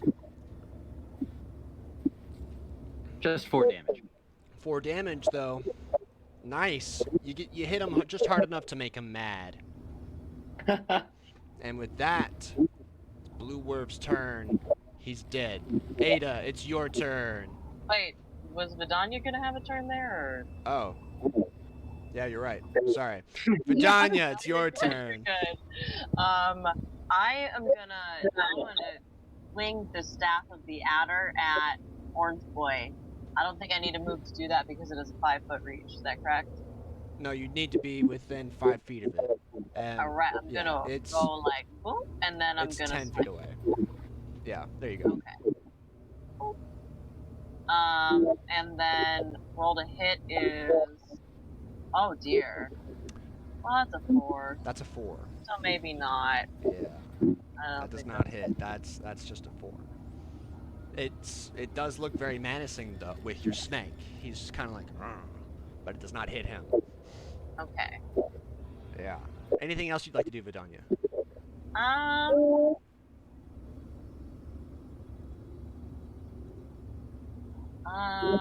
Like, can I do something with the dagger because as a bonus action, or is that not how that works? Does the adder count as a weapon attack? Yes. Then yes. Okay, well, I'm gonna stab it. Or I'm gonna try to stab it, and I'm gonna roll a nat 1. Can you Plus attack with a 5. dagger for your bonus action? Yes, it has the light property, so you can make a bonus you can make a bonus action attack with it as long as you made a weapon attack with your primary action. Thank you, Jan. All right. However, whenever you make a bonus action attack with a weapon, you use your modifier, your whatever the weapon's attribute is, you use your modifier to hit, but not to damage. So on the damage roll, it's just a raw roll. Okay. So yeah. Okay, to hit was a 6. Raw roll. To hit was a 6. That does not hit. Okay.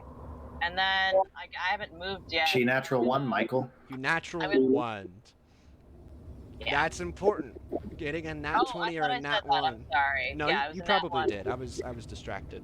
All right. So I have mentioned this before, so this is an effect. But when you nat 1, you critical fail.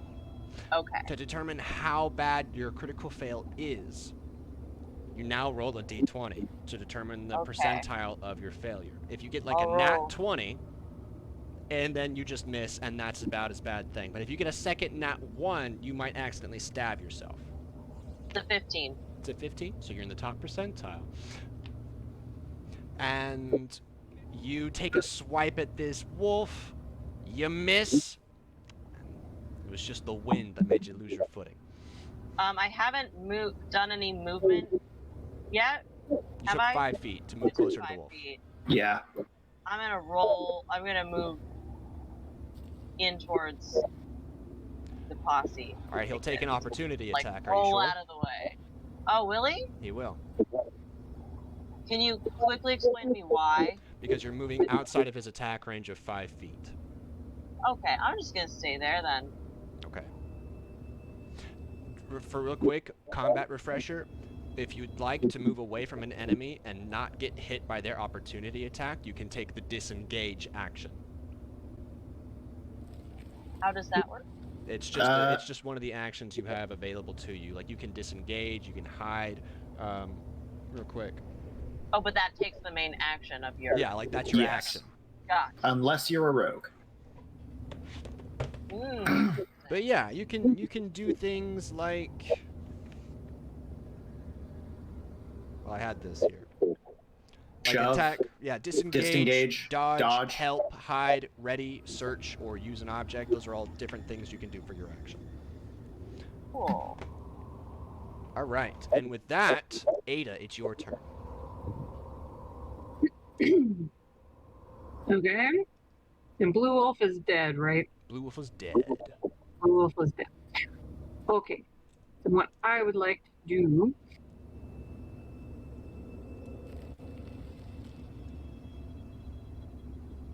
I would like to cast my cantrip Thorn Whip at the Black Wolf. Okay. What's that do? Thorn Whip. You have a whip? Yes.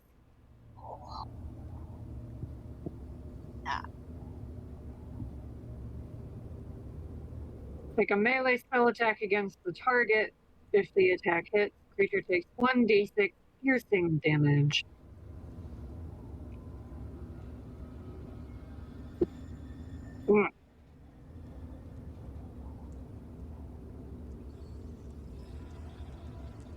That'll hit. You can roll for damage. Very good. Oh, actually, since I'm level 5, it's 2d6 piercing damage, Very good. which is great because it didn't roll very well. All right. That'll be 4. You send like thorny whips at this wolf. They entangle him. He's like, rah! And he takes a 5 points of damage. He's angry. You made him mad. And with that, he's angry. He's angry. And with that, Illidan, it's your turn.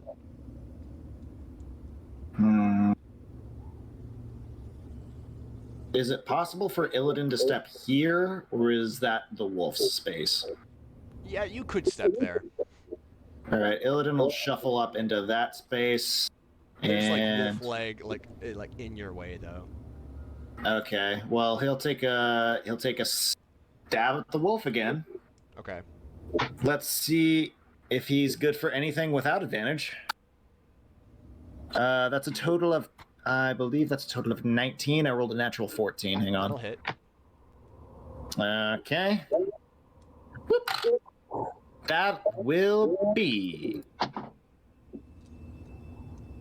3 damage. 3 whole damage. Very nice, sir.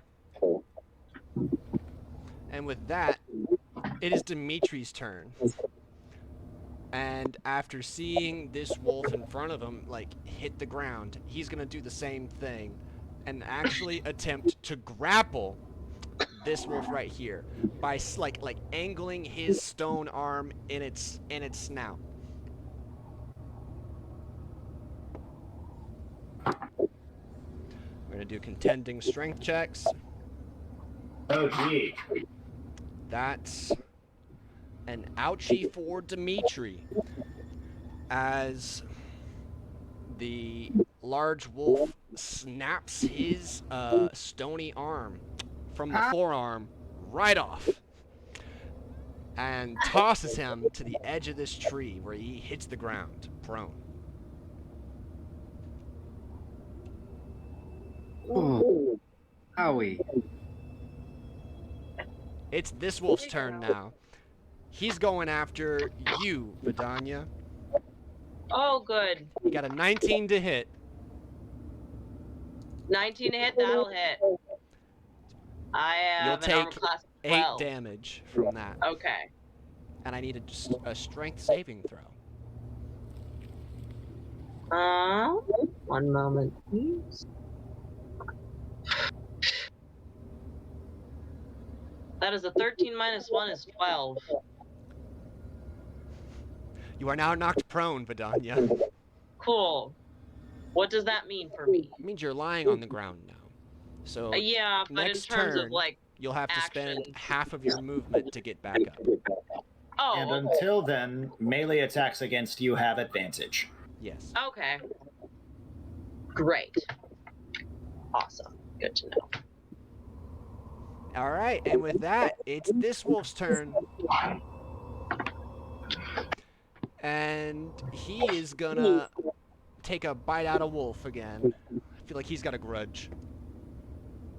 That is an 18 to hit. That will hit. That's gonna be 12 damage, wolf, and I'll need a strength save. Okay, I would like to use my parry maneuver. So I'm Okay. going to spend a superiority dice to reduce that damage. Okay. So I can roll a 1d8.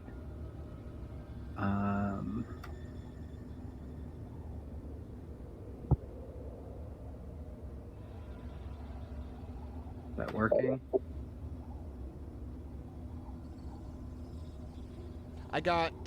Yes, I can see them. I see your first 1d8 that I saw was a 2.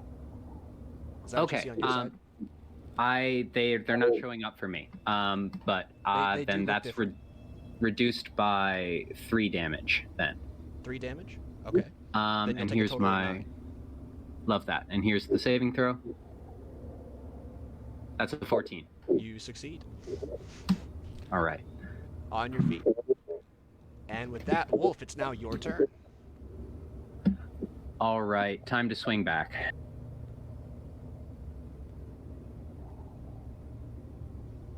There's one attack. That'll hit. There's another. Yep.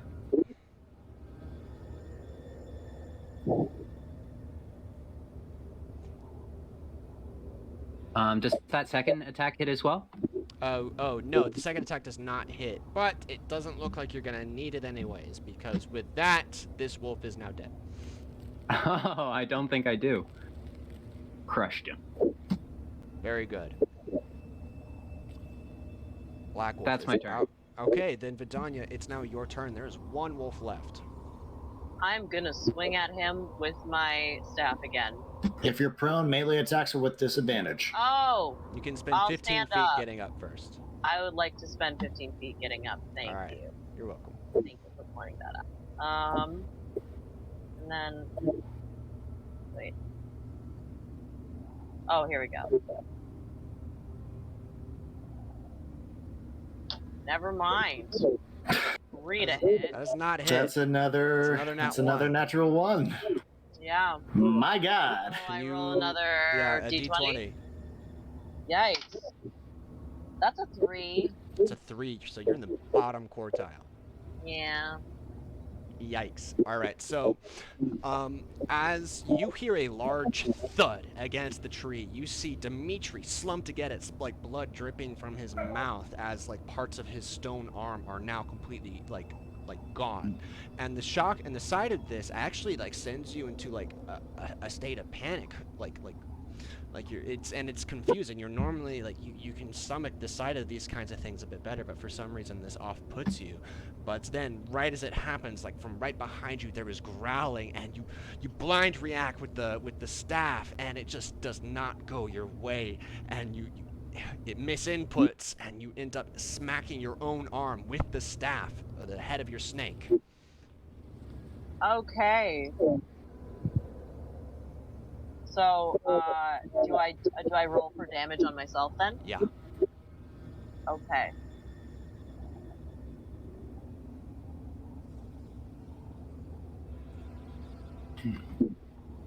So, All right. So I see 2 damage. I think so. There's 2 different things I could click for damage. Yeah, you'll take They 2. both say bludgeoning, but I clicked one of them. So do I take 2 down? You'll take 2 points of damage, Okay. and you need to make a Constitution saving throw There it is. due to the effects of your staff.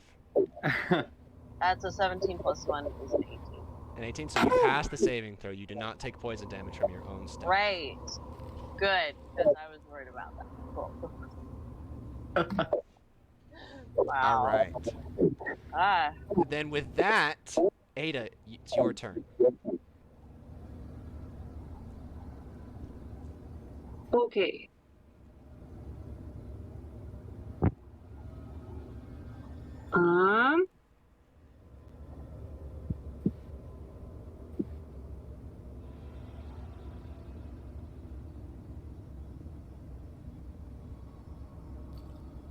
How far away is the remaining wolf from me? 10 feet. Hard to tell with all the. How many? 10? 10. Thank you. Okay, then I cast Earth Tremor with my last. Or no, I have 2. With a second level spell slot at the wolf. Very good. Dexterity saving throw. Dexterity saving throw. Yeah. He got a 13. Needed For a total 15. of 15. So the to hit is 15. All So right, if so it- yeah, he got a 13 plus 2, so he'll make that. Never mind. Then I would like to use my. Oh wait.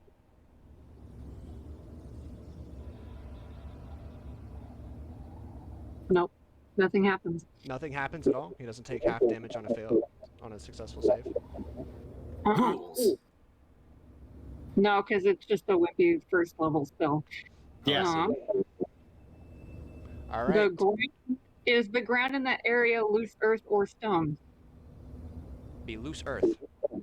Then it is difficult terrain now until it is cleared. I suppose. And then I use my bonus action to cast Healing Word on myself.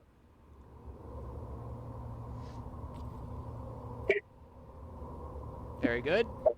You may take those 6 points.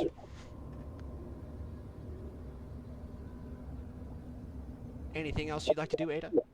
Nope, all done. All right, then Illidan, your turn. This wolf is looking on its last legs. What would you like to do? Last legs. Last legs. How's Vidania looking? I'm okay. Danya looks completely fine. Yeah. All right.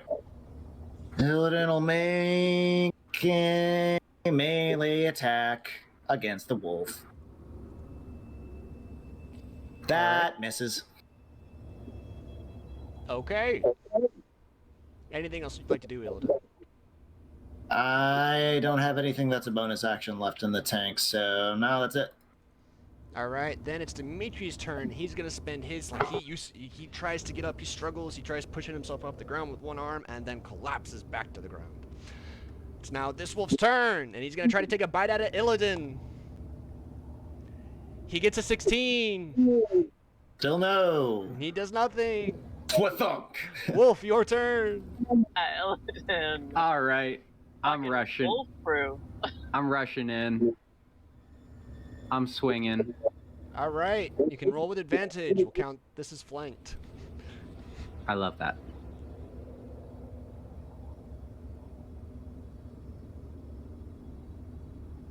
Those both hit. Powerful. This boy's going down.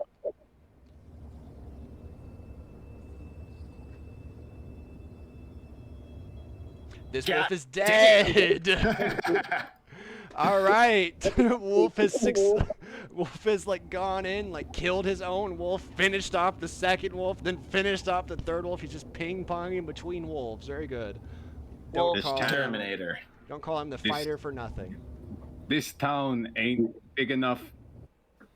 2 wolves. Yeah, we'll workshop that one. Good job. Again, though, hang on. Illidan's gonna walk over to Dimitri, like give him a hand and like lift him up, like help him to his feet. All right, you do so. Then he's gonna grab him by the scruff of the shirt and lean in close and say, "Listen, doing hero stuff like that is how people die. Trust me, I've seen it. We're out here for you, and if you get yourself killed, that means we got in trouble for nothing. So please don't do that again, all right?"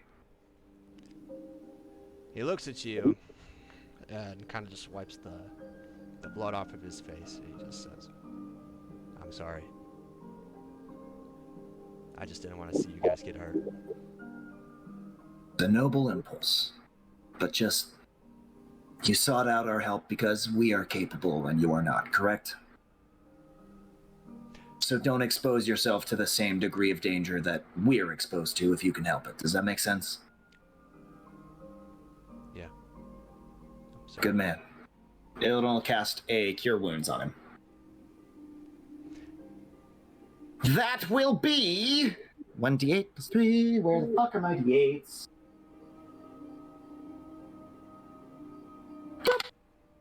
Boop. 7 points of healing. He is now at full health. Did not have a lot to begin with. Illidan, you would have noticed as soon as you utter the words, "we are capable and you are not," correct? That he looks stung. He just kind of nodded in response to that. It's a hard lesson. Don't learn it twice. Meanwhile, Vidania's like little snake head staff like looks up at her like, and I'm just like, Oh, it's okay. It's my bad. It's my bad. And she whispers a little parcel tongue thing, and it goes back into a staff after she comforts this thing. Okay, are we still moving on? I think we'd better. I want to warn you guys, as far as magic goes, I am entirely tapped. Okay. After you say this, Dimitri pipes up and he says, maybe we should take a rest for the night. It's a little early. Almost but... entirely tapped, and Illidan will begin ritual casting Liamon's tiny hut again. Okay. What level spell slot is that? It's a 3rd level spell slot, but it's a ritual, and if you spend the normal casting time plus 10 minutes on a ritual spell, it doesn't require a spell slot. Good to know. Good to know. It's handy, but it's useless in combat because 10 minutes in combat is 100 rounds. Right. But I do have some ritual spells. Well, I guess if 10 rounds is 1 minute, so that'd be 60 rounds. Yeah. No. Yes. Yeah.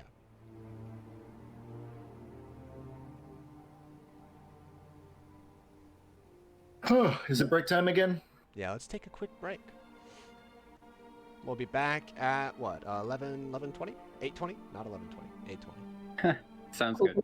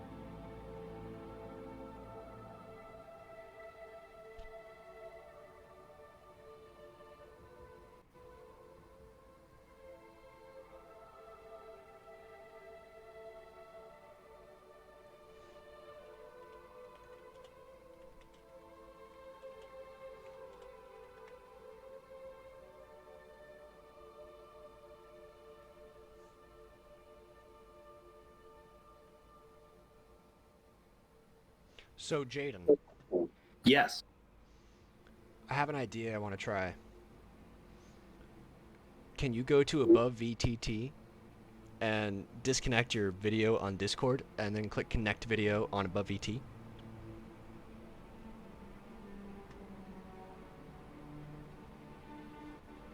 I don't see a. Oh wait, there it is. Yeah, at the bottom.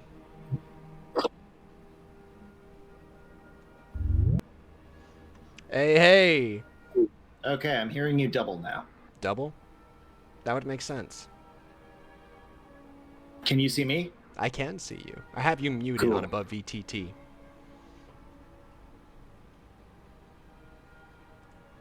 And I guess I'll mute me on above VTT too. Cool. What do you think of this?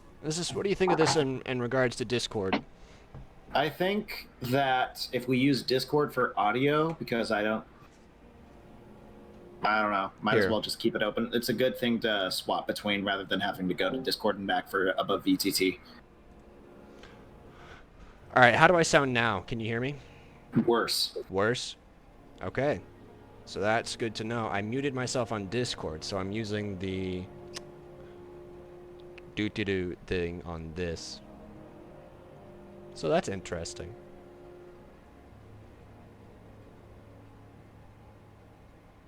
Interesting indeed. Here, you try it. I want to see the difference.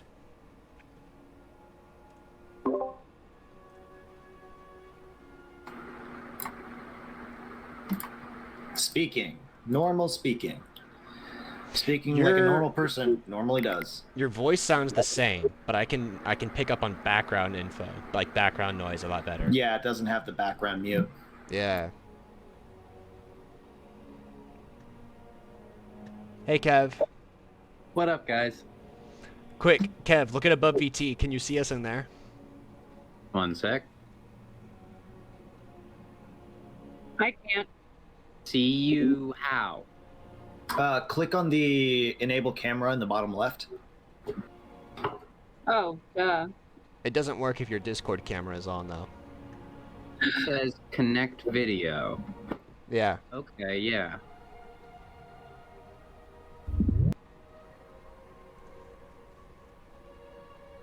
Okay.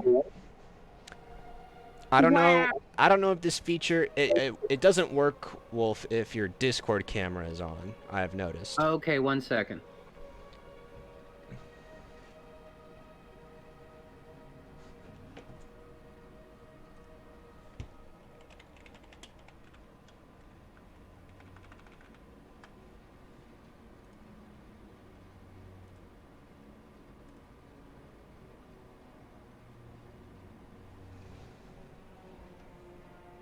I'm not certain about using this because Jaden has pointed out that the audio quality on this one isn't as nice as Discord software.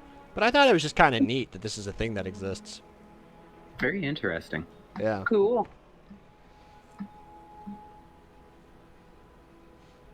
There is also the added bonus that Dad would be able to see the map on the stream. Because right now it's just our faces. Is that not good enough for our father? I don't know. Good old Dad. Dad, if you're there, give us a sign. Have you guys played Phasmophobia? No. It's like a ghost hunter game, where like you and up to 3 other people, I think, just go into a house that you know for a fact is haunted, and you try to figure out what kind of ghost it is. And one of the tools you can do that with is it's called a ghost box, but it's like a radio with traveling frequencies, and you can like walk into a room and be like, "Do you want to hurt us?" And the thing will go from, and the radio like monitor will say "kill," and then you're like, "Okay, now we know." And you can like ask it how old it is or what its name is. It's cool. Man, I wish real spirit boxes worked that well. Do you? Yes. Because it would make those ghost TV shows like 90 times more interesting. And also much shorter, which would also be good. But we would have some more. I would argue we would have more heroes of ghost hunting, and martyrs at the same time. Heroes of Yeah. ghost hunting. Yes. Anybody you- watch BuzzFeed Unsolved? Yes. Yes, I love Shane Madej so fucking much. They are the number 1 and 2 heroes of ghost hunting, right there. Absolutely they are. Are we moving back to Discord now? Where I am. Okay. Evidently. Where were we? Ooh, Is that above VTT chat or something? What No, was it's that? above VTT video. Whoa. Okay, so Yeah. face. Wow, that's really cool. Yeah, it has its own video function. The next video, I see. Yes, That's yes, You pretty yes. cool. That's pretty cool that they did that. Hold on. You should I have need to seen use it. the restroom. They had actually. it all. They had it all in above VTT video. They even had little fountain sodas. Aw. Yeah. It's only Shasta, though. Yeah, but like 7 different flavors. Like I didn't know there were that many Shasta flavors. Oh, yeah. Shasta got so many flavors. I've never had a Shasta. Well, you'll have to join us in the above VTT video chat sometime. Yeah, I was about to say weird flex, but okay. Again, Jaden, not a flex, but I mean, I really appreciate the way you perceive the things I say as flexes. It makes me feel better about myself. Even though they are not intended that way. I feel like Caroline's existence is always just like a subtle flex. It's like, oh yeah, my day-to-day Yeah. life is better than yours. I bet it's not. That's very sweet, but like you can still see his dog bite. Can you? oh yeah, guys, let me show you the hard labor of working with puppies all day. Hey, my cat scratched me across the shoulder. I don't know if you guys can see it. Oh wow. yeah. Yeah. I was holding her like a baby, because she is a baby, and something scared her, and she scrambled up my shoulder and just like, Classic. yeah, classic cat. Douchebag move. Yeah, I don't think I have any that I can show without being too risque, but I have like scratches and like bites from through my clothing. I'm sure. Puppies get excited. And they do not know their own strength or sharpness. Yeah, and you know, they don't decide when to cut their nails, which is a big thing. There's just so many dogs just trying to be friendly and be like, oh my gosh, I love you, and it's like, oh god. No, but mostly it is great.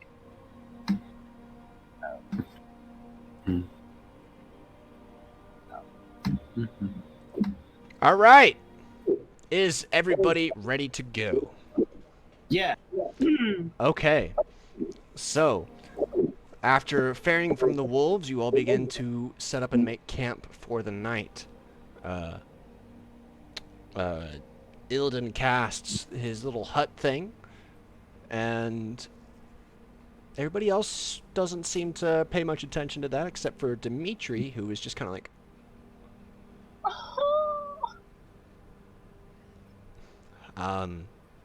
if anyone is paying attention to Dimitri while this is happening, you could see him kind of look at where his stony arm used to be, and then kind of like fidget with the other one before he walks over and he to Illidan. His arm break into a bunch of tiny pieces, or was it pretty clean? It was a bunch of tiny pieces. Got like chewed by a wolf snout. Damn. Yeah. And then he fidgets with his remaining left hand before walking over to Illidan and saying, so what is this you got going on over here? This is a protective dome. Physical things that weren't decided by me, and everyone in here was decided by me. But physical things that weren't decided by me cannot come into here. Magical effects cannot come into here. So it's pretty safe unless this dome gets dispelled. Oh. Well, what are the odds of that happening, huh? Don't say that. Oh, sorry. I, should... The odds are pretty low, Dimitri. Don't say that. Right. It's true. I've read this spell. We can reassure the civilian military. Okay. That's, good to know. So, do I go inside the dome? Or is it just... You can move in or out at will. Oh, okay. Yeah. I mean, don't go too far, obviously, but... He just kind of, like, looks at it, and can we, like...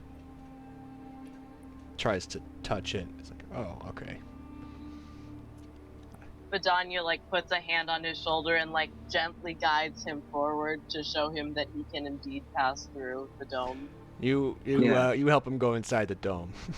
And he makes his way to, like, one of the edges of the dome and then sits down, like, with his back towards the wall. Just kind of like... And then he like, he snaps out for a second, and he looks up, he's, thank you for it. Yeah. Oh, yeah, of course. Oh, I was talking, but no, like, thank you too.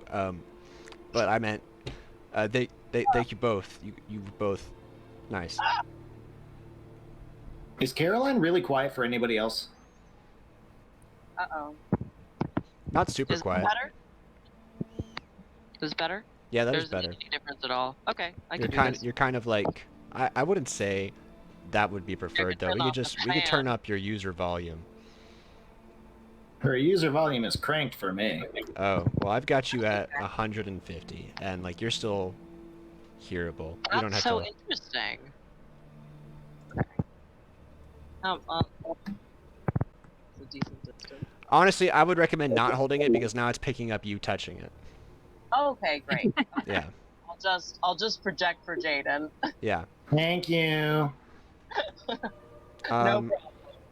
That being said, Dimitri is in the middle of like awkwardly trying to thank both of you for your hand in making the hut.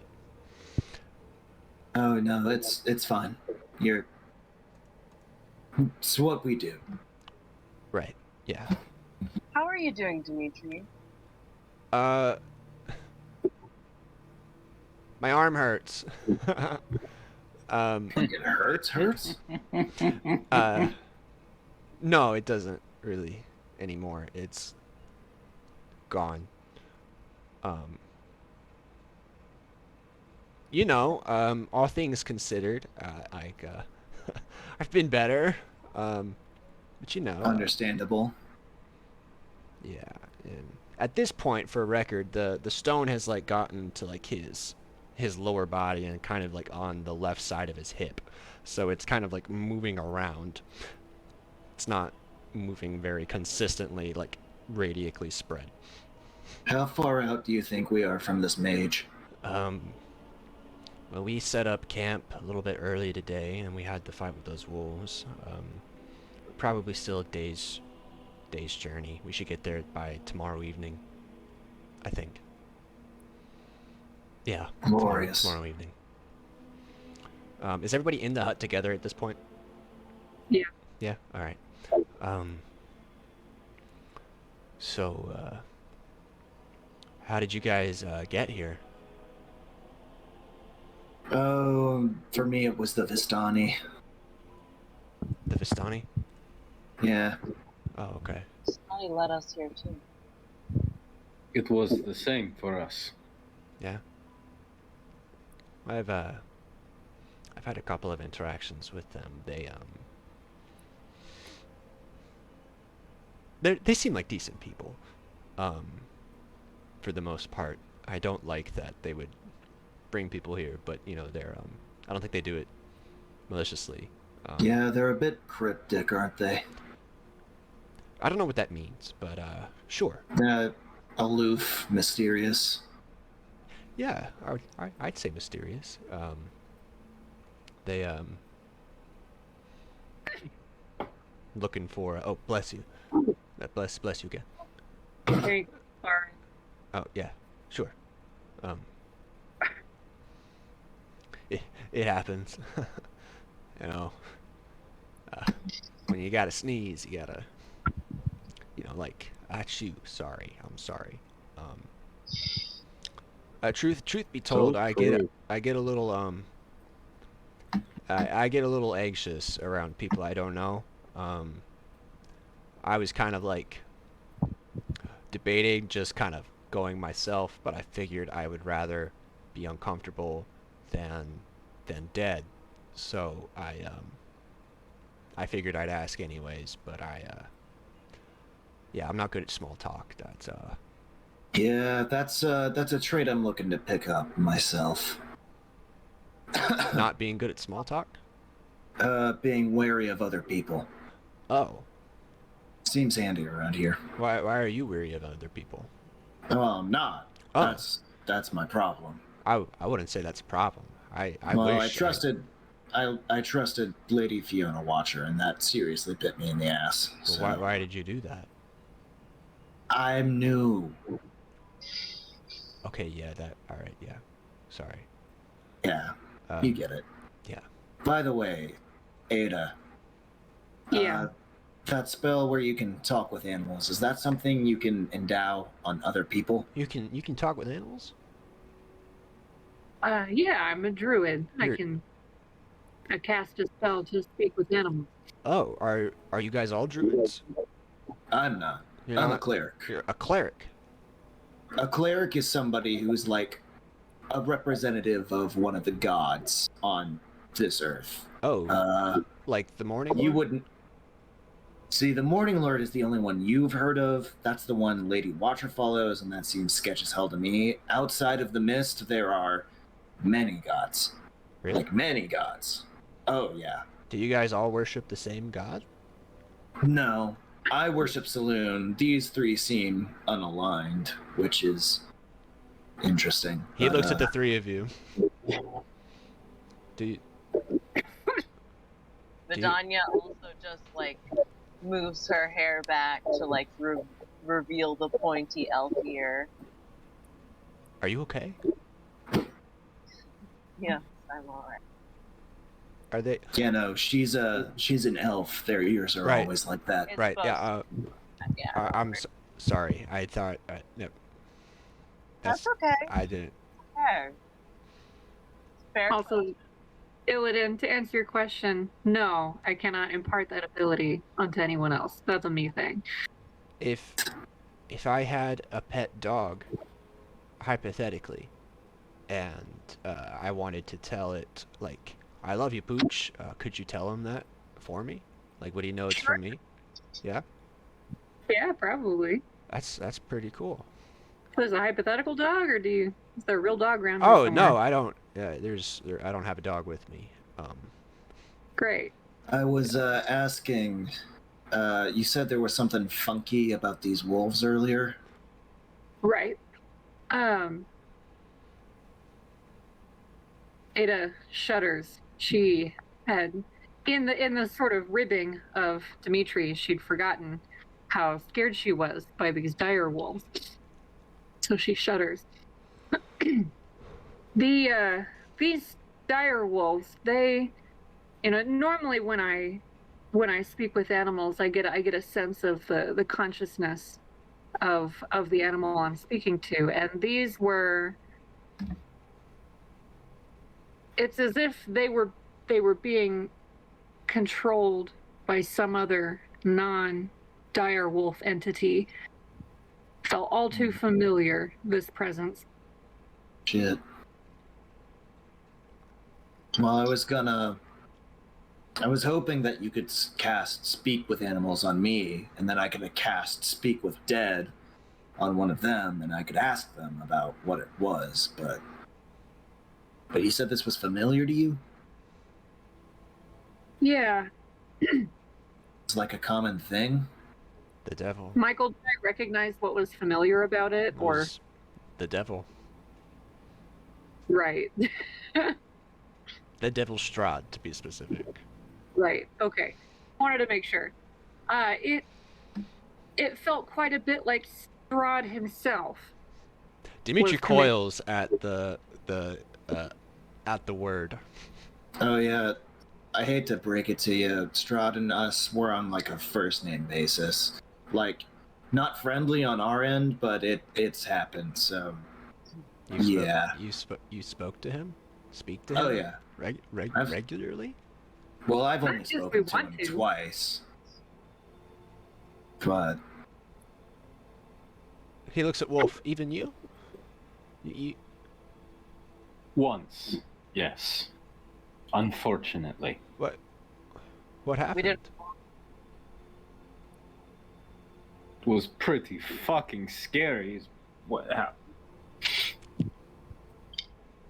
it was He invited us to dinner. he invited us to dinner. But he also messed with our minds. Are you going? Well, I mean, eventually, yeah, but I mean, it would be rude not to. But I obviously, no rush. can't argue with that logic. Okay. Yeah.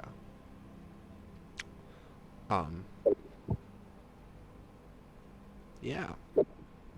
If you want us to take you back to town to like, No, it's fine. I was just I'm just surprised that we're alive. I wasn't gonna say that, but yeah. It's all right. I'm sorry you guys have to deal with that. Eh, Trust us. Do You're not his ally. you have any family that you can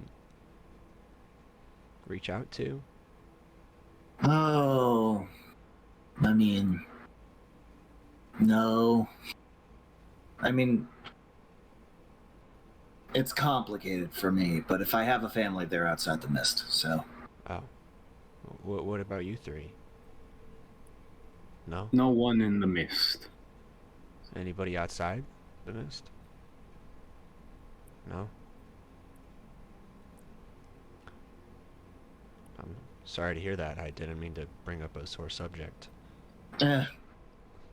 You're by far not the worst thing that's happened to us in the last 12 hours. So Well, that's a nice change of pace for once.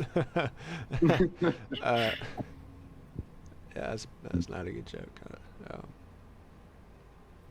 At least you guys still got each other, right? That's you've been traveling together long. You guys like? oh yeah, like 18 hours now. Oh, so you all just met? Well, no, I guess it would be more than a day now. More like 36 hours. Oh, But yeah, to Just answer your met. question, pretty much just met. Yeah. okay. I feel a little less out of place here. You guys taking applications? No. Never mind. I don't have applications. I don't think I could keep up anyways. I get the feeling my legs aren't going to be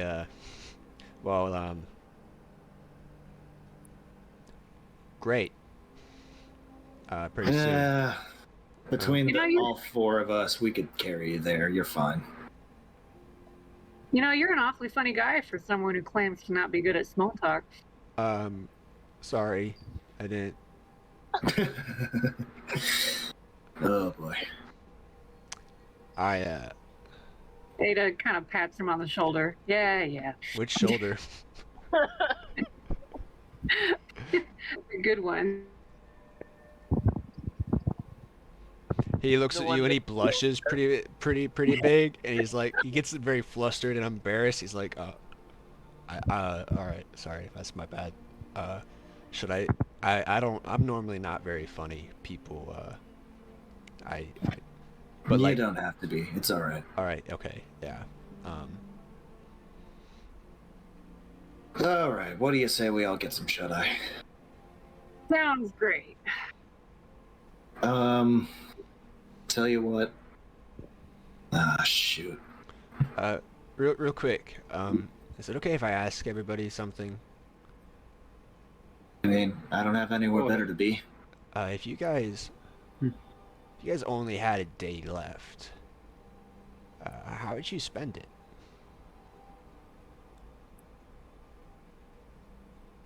Like, just ideally, or from, like, this very spot?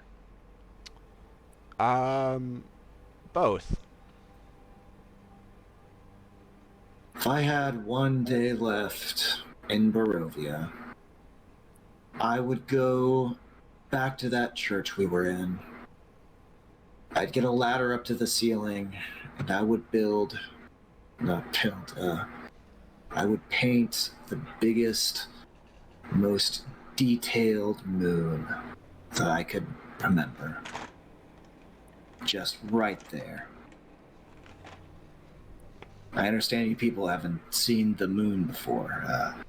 The goddess I follow, Saloon, is the goddess of the moon, and it's a long and complicated story. I'll spare you the details because it would take 20 minutes, but yeah. I'd draw a moon and I'd tell people. I'd go telling everyone I could to just be nice. Greatness, great deeds, they all pale after a few years, frankly. Great peace treaties fall apart, kingdoms fall apart, everything falls apart with time. But if you're nice, if you're just kind to other people, the general spirit of the land goes up. And when the spirit is up, the kindness spreads around and things are just better. And That's what I would do. And you need a moon for that? No, but the moon is a symbol. It's a light and darkness, you understand? Oh, okay. Yeah, alright. That makes sense. I need moon.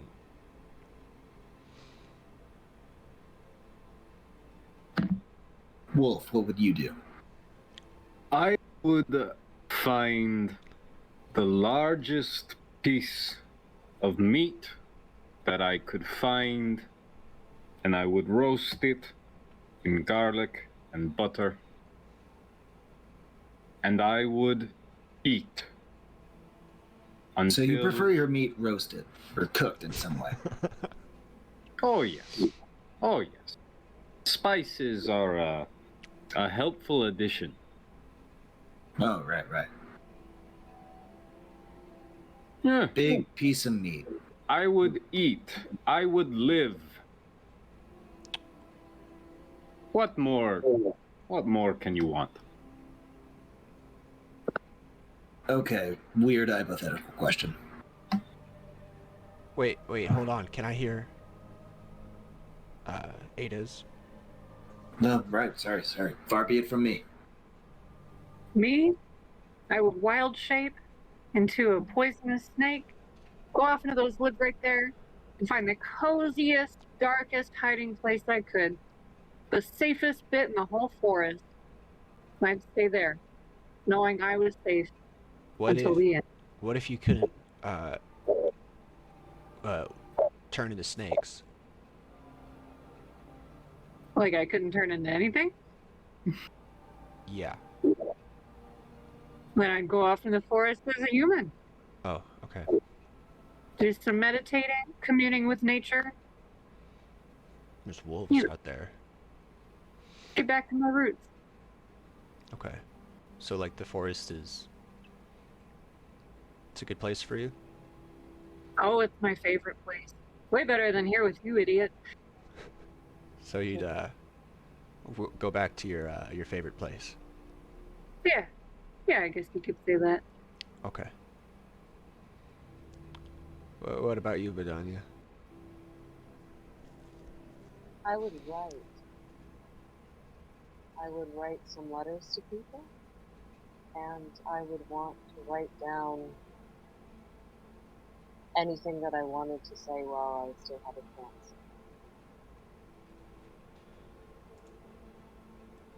What would you write?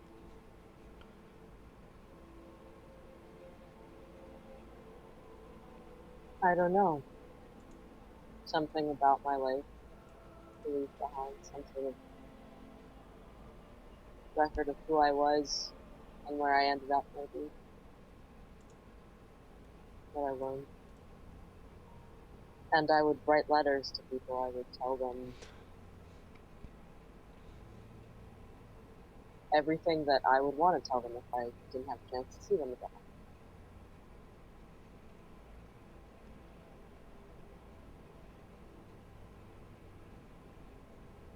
And how would you get those letters to those people? From Barovia? I don't know. Yeah. Even back where we come from, I wouldn't really know, but I'd probably want to leave them behind anyway. Yeah.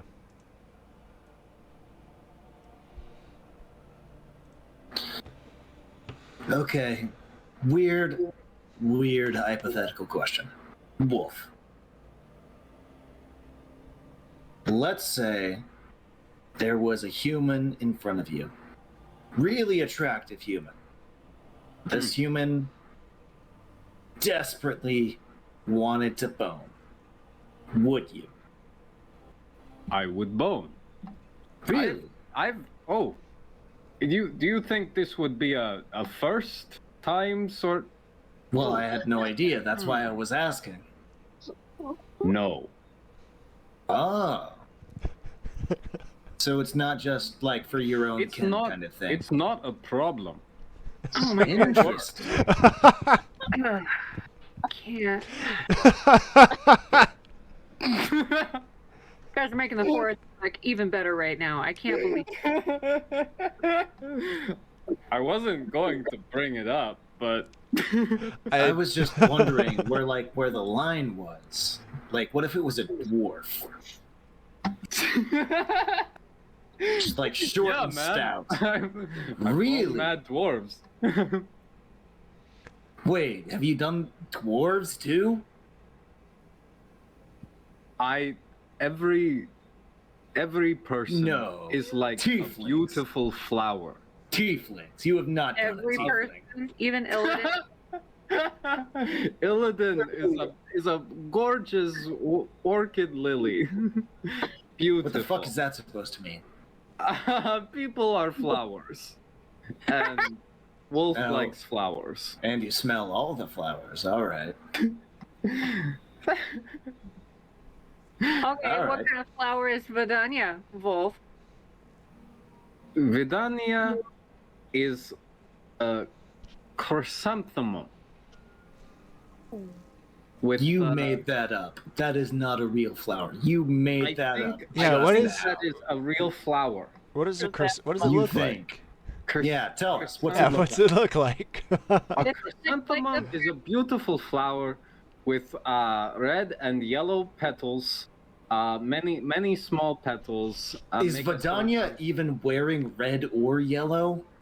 What? Where did you come up with this? it's a vibe thing. It's a vibe. Oh shit! Vidania has a picture of it in one of her books. That's where high school moms That's come just from. called book. I opened to a random page and there it is, a beautiful illustration, very detailed of a chrysanthemum. Is this Wow. your book? Did you draw that? Maybe. Then it looks hand drawn. Then Demetrius is gonna ask, "Did you draw that?" Maybe. It's really nice. Interesting. Thanks. What kind of flower am I? I just said you're a beautiful orchid lily. Working with it. All right. Hey, Wolf. What kind of flower am I? Can I ask? Is that okay? Of course. Okay. You, Dimitri. You are the honeysuckle. What is that? You bloom. Wait, you've never heard of a honeysuckle? No. What's Okay, okay. What's honey? No way. What? You haven't had honey? Wait, you guys don't even have mead here? We've got mead, but like What mead is from honey? then we probably don't have that kind of mead. Sorry. Oh no, you're fine. Oh no. Years. No, it has a sweet smell.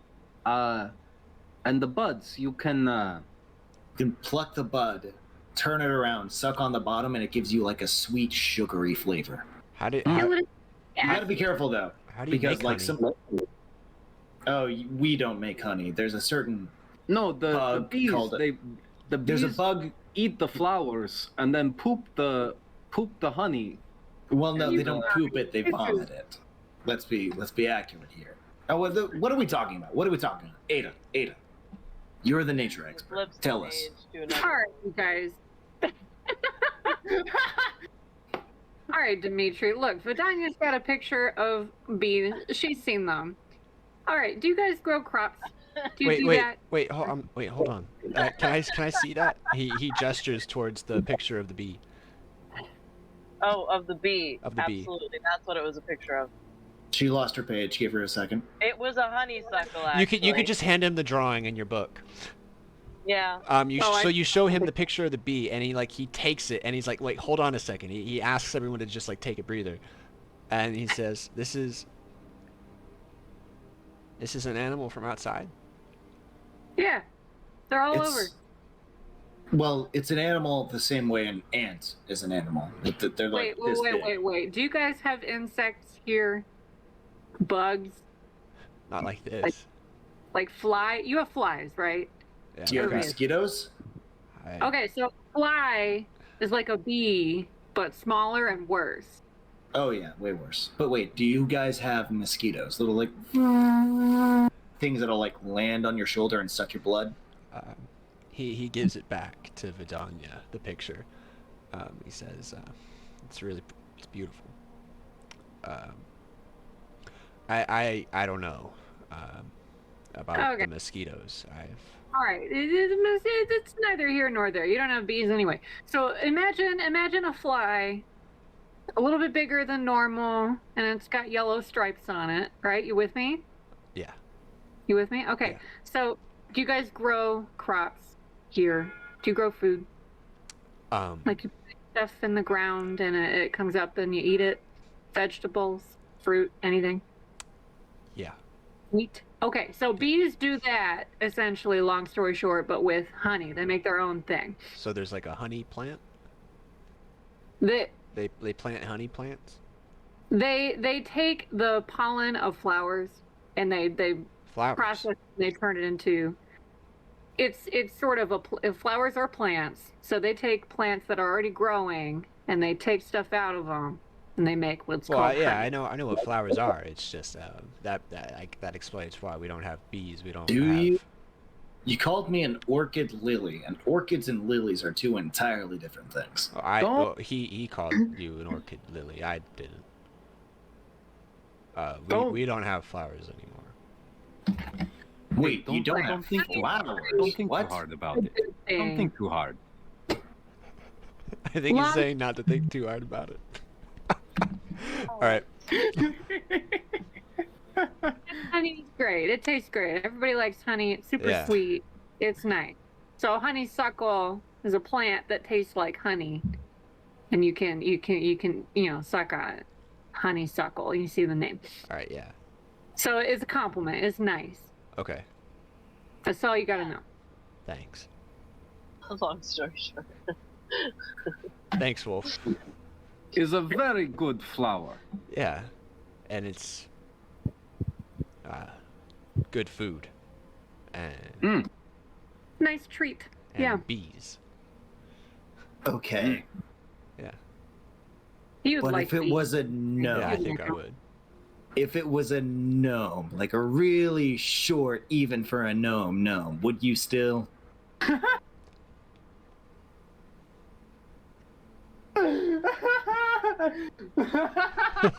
That's a lot of laughter. I feel like that's an embarrassed yes. Wolf is blushing. Wolf is just blushing so hard. He starts like sweating, and he's just like I don't. All right, hang on. Are you blushing? I can't tell past your fur. He's blushing through the fur. Oh You my can god. probably tell. It's very blonde fur. You can probably tell. I don't know, maybe. I mean, it's great. Wow, I've never seen a lion blush Maybe. before. This is amazing. Would you, Illidan, could you with Could a gnome? I don't do You any of seem that. very interested in the question, Eladin. Yeah. Well, You seem to have I- given it some thought. no, not for like my personal standard. Mm. It's my. Wait, you're a my- cleric, right? Are you celibate? Well, no, not like as a cleric. It's Oh. just as a cleric of Saloon, my job is to bring light into darkness. Are you waiting till marriage? Because that's okay too. If you No, are. it's not. It's not that. It's just Okay. my job is to be a light Wait, in are you married darkness. to Saloon? Would you shut up? Sorry. Oh my god, just like Oh, stop come that. on, man. My job is to be a light into darkness, which means Is that a euphemism? no. It means I'm constantly walking into the unknown, where dangers I know lurk, where there is uncertainty and creatures that And lie you in wait. need My to protect yourself. You need to use the protection. I don't need to protect myself. Saloon protects me. Because you and her are. No, Friends? whatever you were about to say. Friends? No, it's just Friends? No? Not friends? it's no, you wouldn't even call it a friendship. It's What do she has spoken to me a few times, and for a god to speak to a mortal, it's a Wait, very so rare you, thing. you worship her and she's only like spoken to you like twice? Yes. You know how it's a big deal that Strahd spoke to us a couple times? Well, yeah, I thought he could kill you. Saloon could kill me, but the thing is, she's a benevolent goddess, so she doesn't want to, so she won't. But she gave some of her power to me because she trusts me to be a person who goes into the dangerous unknown so that others can have libations like that. And it's not. As so she like it's okay. It's not like a threat of force thing. It's It not just- an expectation. It's she just trusts me. Okay. To do it. I just thought it sounded like a really one-sided relationship at first, but like if it's not a relationship, then it's something. She's a goddess. Of course it's a one-sided relationship. And you're okay with that? Yes, she's a goddess. Have you heard of the sun? Kinda. So the Morning Lord, heavy quote marks on that. That brings light every day, right? I mean, if you subscribe to that kind of thing, yeah. Even if you subscribe to that. Hollow, shallow derivative. I'm not subscribed. I'm not subscribed, obviously. Hollow, even if you do subscribe, hollow, shallow derivative of something the people outside of the mist call the sun. This big thing, this big burning light that travels in a, like it. You can split hairs on whether or not it moves or the ground we're on moves. Well, but the ground doesn't point move. is, well, then this big ball of light in the sky, and in the sky it's only like this big, right? Well, but how it's is something so this big bright. gonna? It looks this big, But it's but it's not. in the sky. It's like way the fuck up So there. is it this big or not? No, it's not. It just looks like that because it's far away. But Well, even though how it's big super is it? far away, Gigantic. enormous. It's But so big really that even far though it looks that small, the light that you all have during the day, hollow, shallow comparison to the light this thing brings. Oh. Like, you can't even look directly at it. It will blind you if you look directly at it for too long. That's He how looks bright at it is. Vidania and says, "Do you have a drawing?" She nods and flips through more pages of her journal. And Okay. shows some like astronomical. See that? Okay. It's like the Earth and the Sun, and it's like. Okay. See that? Now, Illidan's gonna cast light specifically on the little spot that is the sun and hold it up to him. If that were less of a pale, like kind of silvery blue and more like an orangey red, yellow, that's what the sun would look like. My goddess, Saloon, made that. She literally went to the elemental plane of fire, which you probably haven't heard of. She went there. She took a chunk of undying flame out of it with her bare hands. It hurt. And she brought it back and she put it in the sky so that everyone else could have light. You see this every day? About 16 hours a day. Back. I always wondered what was outside. That's really amazing. By the way, Ada. Yeah. Is there any chance that you can like cause plants to grow? Yeah, I can do that. What do you need? Well, I mean, if we actually pull this shit off, we're gonna need a fuck ton of aloe vera. Because he points to like the presumably very pale Dimitri. Never seen the sun before. Ada pat Dimitri on the shoulder again. I got you. I don't know what just happened. Well, see, the sun is so bright that you know how if you touch something really hot, it burns you? No, I'm unfamiliar with the concept of warmth. Very, very funny. So, if you're in the sun for too long, the sun is so bright and so powerful that it will do that, but like really slowly. Like if you just stand in the sun for like 5 hours, you'll get a little burn. Oh, yeah, okay. It's kind of annoying as hell. My goddess made the sun, but she's the goddess of the moon, the light within darkness, so I tend to move in darkness. Burning everybody with a beautiful ball of light in the sky? A beautiful ball of light that gives life. Much more life. It's absolutely. Why is she burning everybody? Why did she do that? Well, she's not the one who made people. Chuan-Ti, the goddess of nature, which I'm sure Ada is familiar with, made people, and it's unfortunate. Didn't they coordinate or something? Not a whole lot, it seems. Mostly the sun doesn't burn people, though. Oh. Mostly.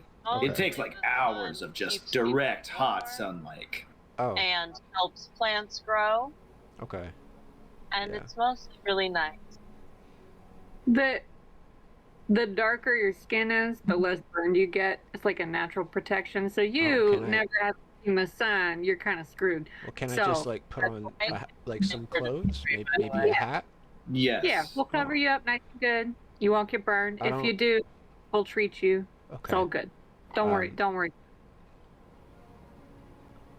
We'll cross that bridge. You guys are talking about it like I'm gonna get to be there. Shut the fuck up. I don't. Okay. Listen. You can't get out. You know. Maybe. The way out. That's well, our thanks problem. for crashing our optimism party. I'm sorry. Now, dude, you want to be sad? No, listen. All of you, I should have. I forgot to bring this up because I trusted Lady Watcher to bring it up, as she brought it up with my previous group of compatriots. This mission we're on, this mission to kill Strahd, it's a suicide mission. What? You're gonna. What? I'm not talking to you right now. I know. Okay. You all saw how powerful he was. Yes? Like a god. Exactly. You ever tried to kill a god? No, because it's a stupid mission. Personally, I am full sending on that mission. Because to roll over to just accept that everything here must always be miserable all the time because he wants it to be so. I'm a cleric of Saloon. I cannot accept that. You've mentioned that. Yes. Thank you. Sounds like a Well- very important title. It is, to me. That's why I wear this all the time. Illidan gestures to his blindfold. I wasn't gonna ask. Yeah, she gave this to me, and I've never taken it off since. Have you washed it? It's always clean. Like, look, Illidan will scoop up some dirt and and it all just like falls off, like water off of a hydrophobic surface. That's pretty cool. Yeah. They should ask you to make more clothes like that. Maybe give them to kids who can't afford baths. I don't know if you saw there was an orphanage. They're probably gonna need some donations. I don't know if you saw that orphanage was burned to the ground by a dorm. Yeah, that's why I think they're probably gonna need some donations. All right. Anyway, your point, Illidan. What point? What was I saying? I'm sorry, I forgot. Suicide mission. You are revealing this to us. Shocking news. Come on. Well, I was hoping Lady Watcher would say it, because she had been here for longer and had a very poignant way of putting it, but essentially, yes. If you can live here with all its sunshine and rainbows, which you have already seen, you should.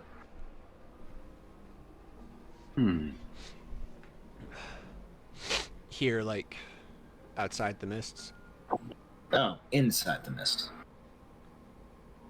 Oh. So killing Strahd will get rid of all that? Hypothetically, I don't know. Oh. Been here a week. Indeed.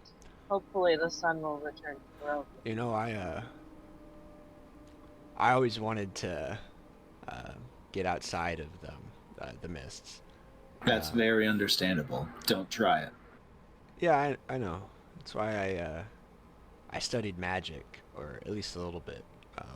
I thought I could figure out a way to get past them. Would you happen to know the spell Gentle Repose? I've read of it. I don't know how to use it. Okay, never mind. That was my that was the problem. I am not good at magic, as I would learn to find out. Not everybody is. It's fine. I can't cast a single spell. Frankly, before Saloon, I couldn't do much magic independently either. So Yeah. I spent years trying to do one. But you can't do everything, you know. no, you can't. Yeah. Okay, we've been talking for a while now. Tell you what, Sorry. Dimitri, do you need to take a leak? Because if so, now is the time to do it. Like, we just killed the immediate danger. Take a leak now. Come back in. Oh, okay. He stumbles to his feet and then leaves.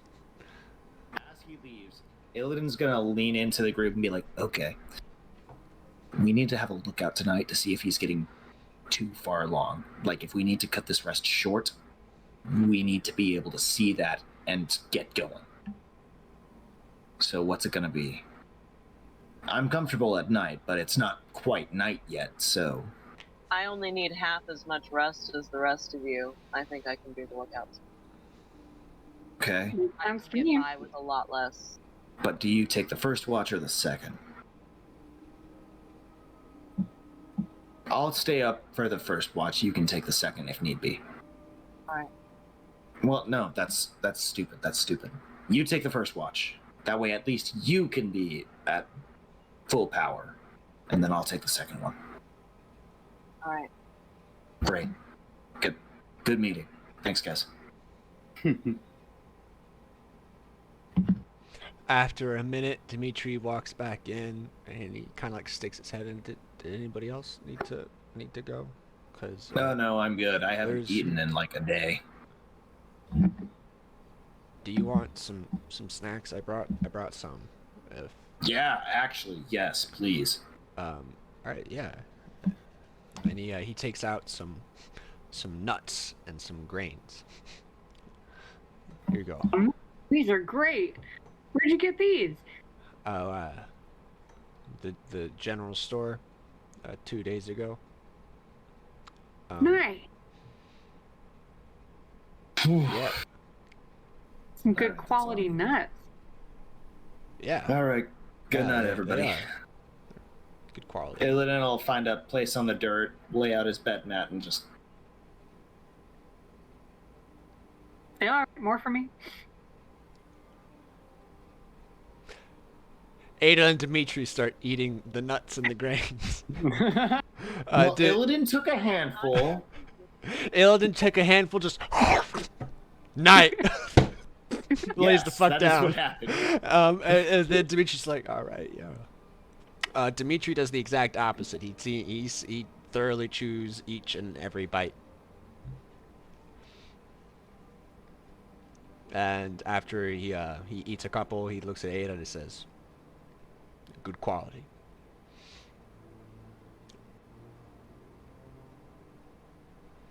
Yeah, I'm surprised you guys have cashews, so far beyond the mist. Cashews are great.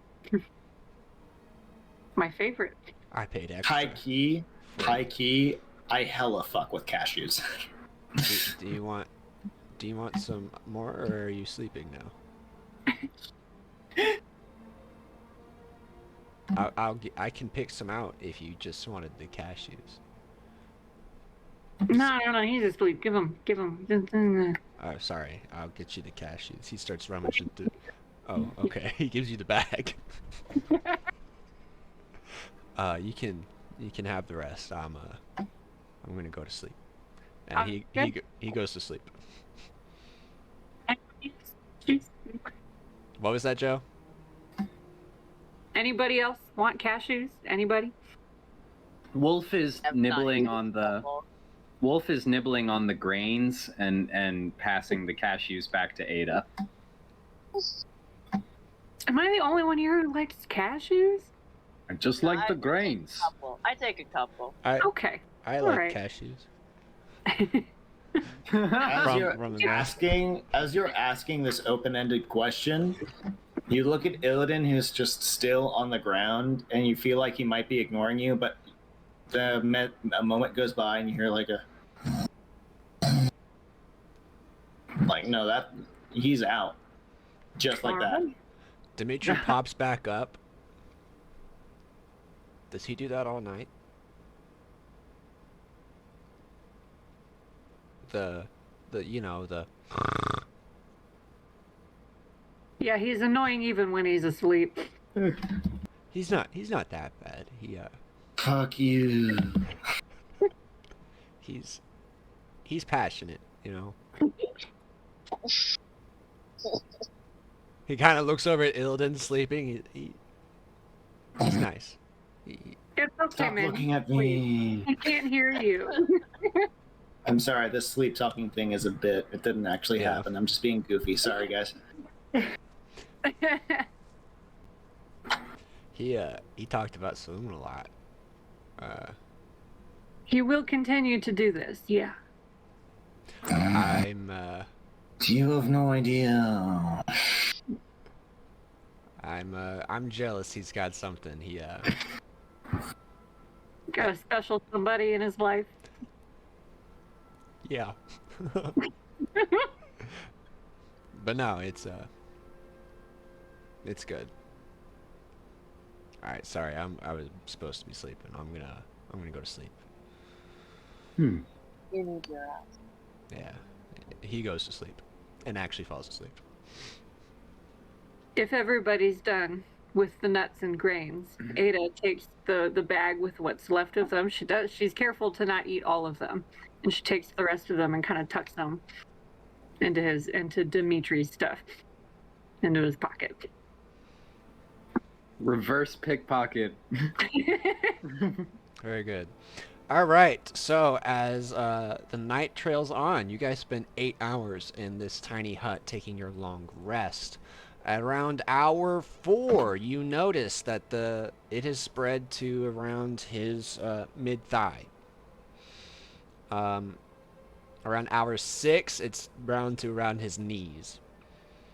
Around hour 8, it's at his mid shin. So at about. So at this point, we're all up.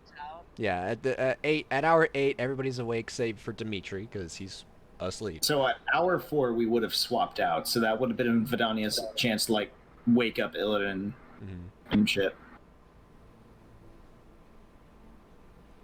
Yeah, at hour 4, it's like at his knees and kind of like his other shoulders, so it's a little bit less than half of his body, and it's kind of scattered. It's not like a singular like plane that's extending outward. It's kind of like wrapping around him, so it's affecting parts of his body at these areas, and other parts are not. Total surface area is around 40%. Did we just lose Vidania?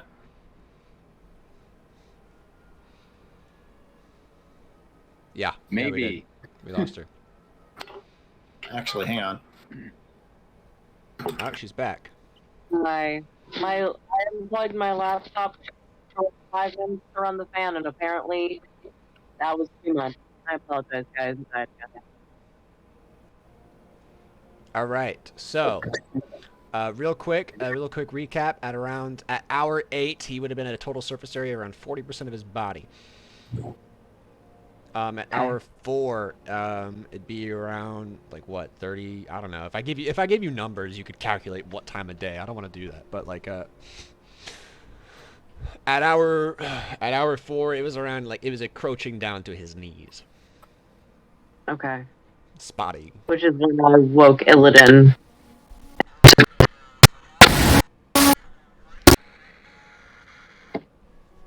Can you repeat that? Sorry. Hour 4 is when we switch off as lookout, correct, Illidan? Yeah. Yeah. Also, I just plugged something into the resources tab. Michael, what percentage of his body is fucked? Well, I don't want to give you guys exact numbers because I don't want you to like reverse engineer the math to figure out how much time you have. But like, it's sporadic. It's not like it's covered his entire thigh or his entire chest. The only thing it covered entirely was his right arm, which is now like severed. But by the end of the 8 hours, approximately 40% of his entire body in various areas has been covered. So, Okay.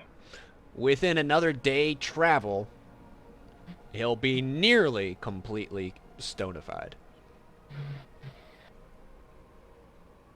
All right.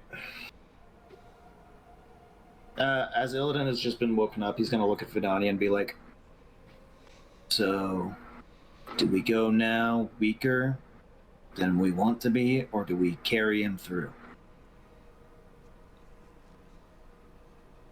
We have to. Wait. Sorry. Say that again. We can either carry a statue at full power, or we can have a guy walking with us and we'll all be less able to defend him. Mechanically, yeah, because if you guys leave at the 4-hour mark, nobody gets the long rest except you. Yeah, no, I thought that was just when we were gonna switch off. No, yeah, we are switching off right now. I'll take watch. If you and I think that we should continue this watch. I think so. I think we need the long rest. Right. I'm on the same. Or else we won't be able to defend him. Or ourselves. Alright. Wolf's a strong guy. I'm pretty strong. We can carry him. That'll be fine. Alright, so you guys continue throughout the long rest. During Illidan's chapter of the long rest, he's gonna reach into the bag and pull out Dorm. Oh! Careful not to make physical contact again. Very good. You pull him out. He says, Hey. I really appreciate you being quiet through all that. Yeah, nah, it's nice to hear you make an absolute ass out of yourself, buddy.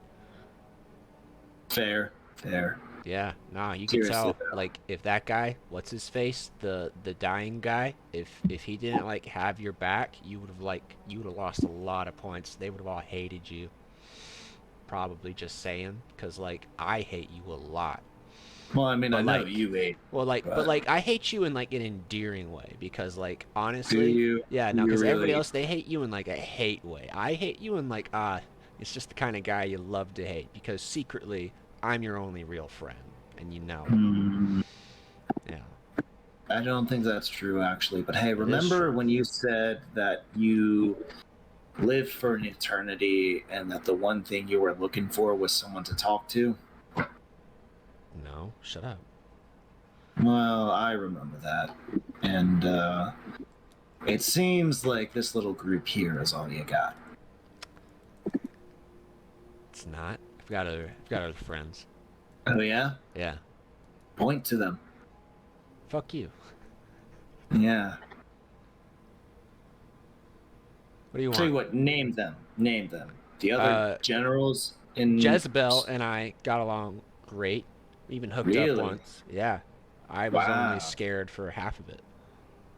Okay. I'll keep that in mind for when I meet Jezebel. Nah, she'll kill you, man. She's meaner than Oh, I yeah. am. Well, when we meet her, do you want me to, like, show you to her? Please don't. No.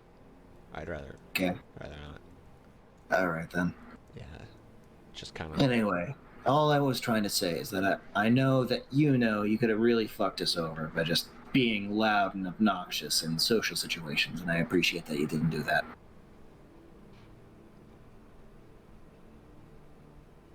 Thank you.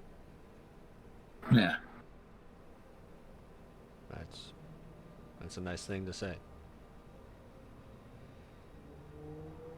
You ever been out here? And I'll show him, like, the woods around them and be like, you ever seen this place? Um, not not this specific place. I don't think. Where are we? We're in the road going west of the village of Valky. Is there Oh. anything we should, like, be looking out for, apart from, like, pan Dorm's face over and be like, giant fucking wolves? Ah, dire wolves. Yeah. Hold on just a sec. Take your time. Let me pull up my map as your DM. 800 years. It's a lot of memory to sift through.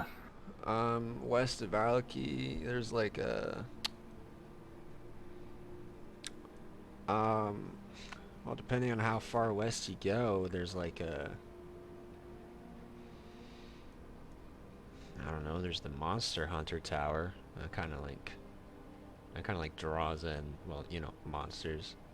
And Monsters? The Monster Hunter Tower draws in monsters. yeah, no, they all want a piece of that. Oh, What are you? It's a pride thing, man. Like monsters have yeah, pride. so, like, would that be like a day and a half out of Valaki, do you reckon? No, that'd be farther. Farther? Okay. Yeah, that'd be a while. Alright. So, but the closer we get, the more in danger we are of these monsters just happening upon us. I mean, like, maybe depending on whether they came from Valkyrie or not. The real bad ones, they're gonna be coming from west of there, cause like west of that you get to Yester Hill, and the fucking winery. Yeah, and anything coming from Yester Hill, that's just fucking ridiculous. Really? And the winery is just out there, and the winery is fine? Well, the winery is like north of Wester Hill. It's a little, and then a little bit to the east, but like yeah, it's like out of the way. So Wester Hill is big fuck off monsters, and the winery is just like far enough away from that they don't have to deal with it. Well, kind of. I mean, like honestly, if like a monster from Yester Hill is going to the tower, they're probably gonna cross the winery. It's like, but then like Krezk is like all the way west, you know. Are you asking if you're gonna get jumped by monsters again? Is that the root of this? Well, I mean, it was a concern. Yeah, But, probably. we handled. I don't know. Like around this area of the woods, it's probably just wolves, man. Right. Yeah. You know, Alright, well, what's his face? He's got a thing for wolves and can like control wolves. would you happen to know what's his face's name? Because I don't. Strahd? Really? Yeah. Dude can Oh. control. Dude, like. Yeah, you were in that fucking house, right? Like, what's Yeah. it? Yeah, Durst Manor.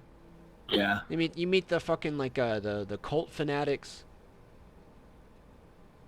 Well, I mean, there were like shadowy images of people chanting like "One must die, one must die." That was like, Well, all right, okay. Well, that's actually interesting. I didn't know they chanted that, but I did, like they also chant something like "He is ancient, He is the land." They say oh yeah, that. that Yeah, no, they they're were not. saying that. Yeah, that's literal, man.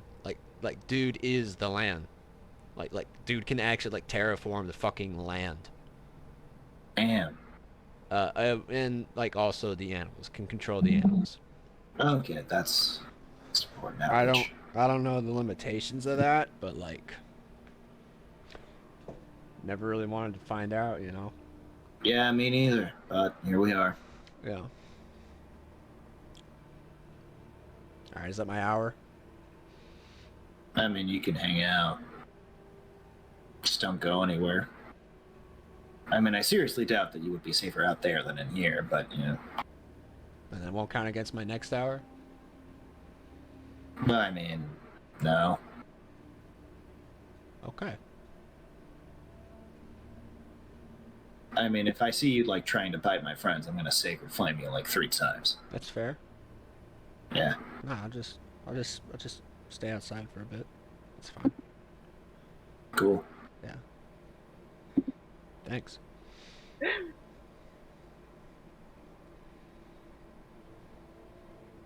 I mean, let me know if you see anything, because like I can only see in one direction right now. So Yeah, sure. yeah. So like something's well, I mean, nothing's gonna get through this dome, but All right. Wow. Like that, and then you get like the most like awkward small talk watch between Illidan and Dorm's head. For like a horrific villain, Dorm is getting like really endearing. Yeah, no, dude, like fucking murdered orphans, and all of Yeah. Illidan's friends. Set Like, the orphanage on fire. yeah, no. Okay, but all right, yeah, watch is over because let's get this crack a locking. It's morning time now. as like the sun is beginning to just barely shine through the treetops, Ilton's like, "Oh fuck, shit, fuck, shit." Okay, sorry, Dorm, you gotta go back in now. This guy's gonna be super weirded out. I don't have to explain it. Yeah, whatever. Shut up. It All right. goes in the back. Then the dome drops. Okay, everybody up. Dimitri gets to his feet and then does. Does he? All right, Dimitri. I'm sorry. I know that this is a little humiliating, but Wolf and I are gonna have to carry you. He just kind of like starts breathing quickly for a second as he looks down. And he's like, then slows it and says, "All right, yeah, okay, all right." And then Illidan and Wolf pick up Dimitri and start carrying him. And you guys start making your way west.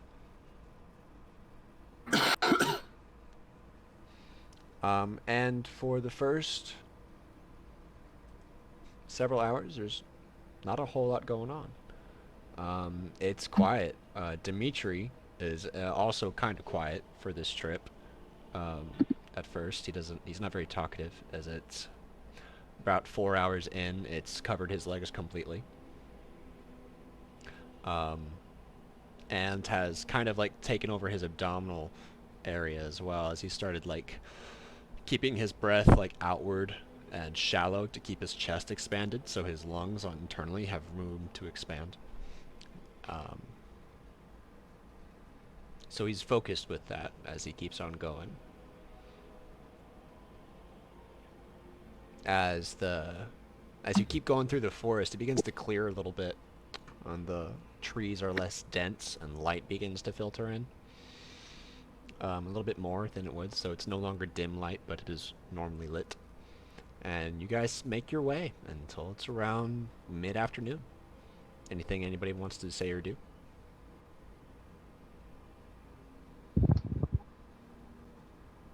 I'm just like choosing my spells for the day right now. Okay. All right. So it's just a very casual walk then. Um,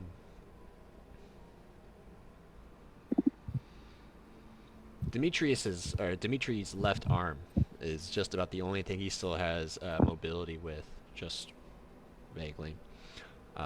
And he reaches in and he has like his bag attached to his waist so he can still reach into it, and he starts rummaging around and he takes out a couple of nuts and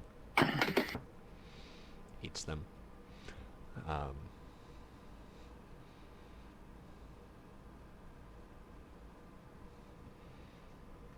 And he looks around. And he clears his throat really loudly. Anyone else feeling a little stiff? I feel like I slept wrong.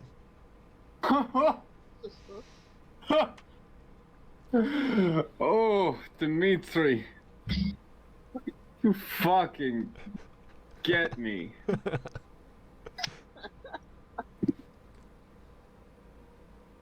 But yes. Yes. Also the stiff. Yeah. Yeah, I can tell. Wolf, you look like you're made of stone. Oh,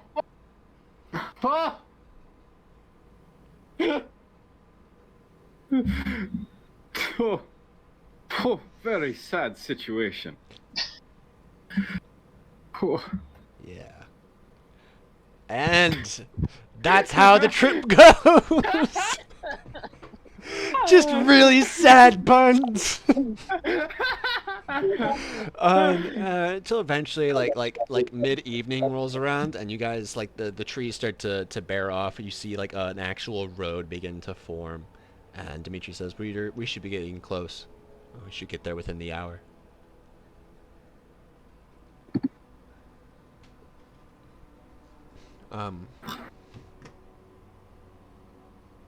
Thank you guys for taking me out to this mage. I mean, yeah.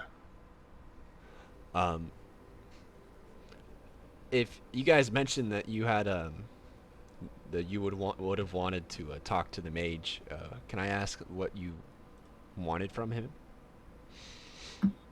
Like, what would you have been looking for? Well, I mean, it's just rare to see a mage that powerful, right? Oh, yeah.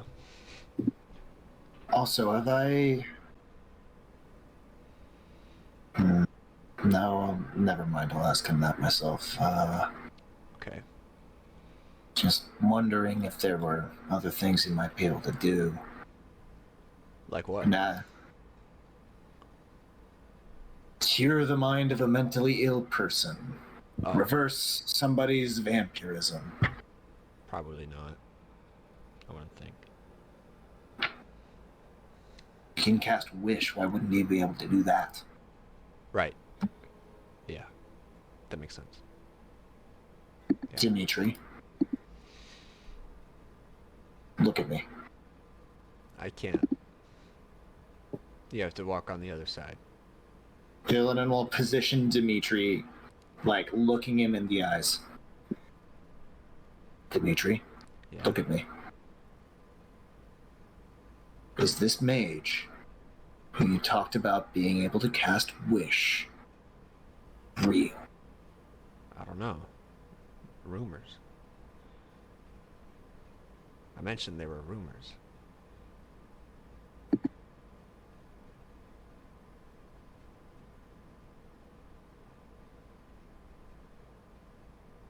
Well, we just have to keep going and see if rumors are Do you know any rumors of how to find him? Yeah. It's just further up the road. And then you all see a small little hut with a little bit of smoke coming out of a chimney and a large field with some Well, not a large field, a small field. There's some grapevines in the said field with a little like open field where that doesn't have anything in it, and there's a small boy just kind of running around. How small? Like 8.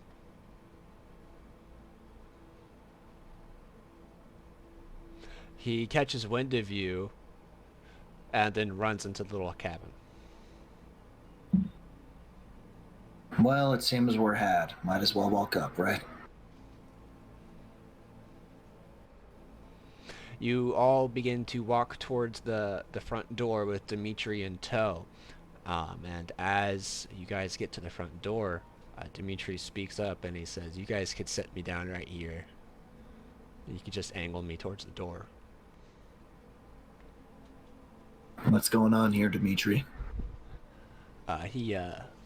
Dimitri's voice starts to get a little bit choked up. He takes in a deep breath and he doesn't make eye contact with you, Illidan, and he says, I'm really sorry. You guys all seem like really nice people. I shouldn't have lied. I didn't think that you would take me out here if I didn't make it seem it was worth your while. As he says this, the door opens, and it's just this middle-aged man. He's overweight. He's got a big beard. It's graying. And he says, "What is this? What is this? What have you done?" This man? What? Can you heal this man? What are you talking? I do not heal. What have you done to my boy? What have you done to my boy? He goes up to the statue and he says, "Dimitri! Dimitri! What is going on?" He says, "Hi, Dad. Something happened. I slept wrong and feeling real stiff all of a sudden." And like the middle-aged man is just like shaking him. He's like, "Dimitri, you stop this." He's like, he's not even blinking. He's just like, "You stop it. You stop it right now. You stop this." And he says, "Hey, Dad, I can't. I'm sorry."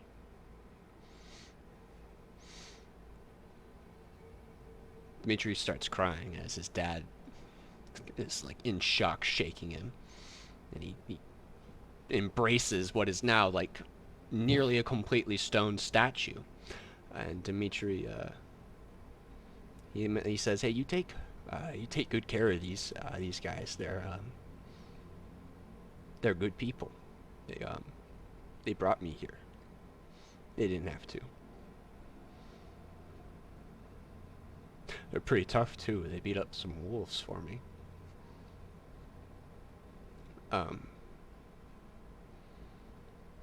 Hey, is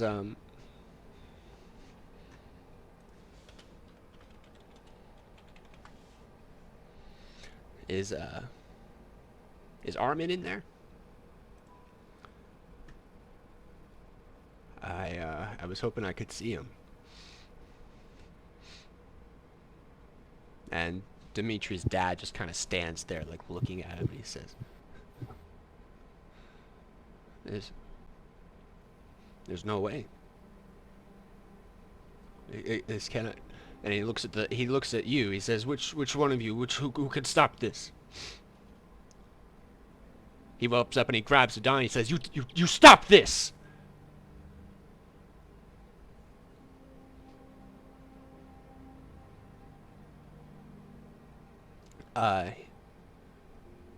Dimitri kind of looks over with his eyes at the front door, and he sees the small boy that was running around earlier is just kind of like peering out the end of it, like confused. And he says, "Hey, Armin, it's all right. It's gonna be okay.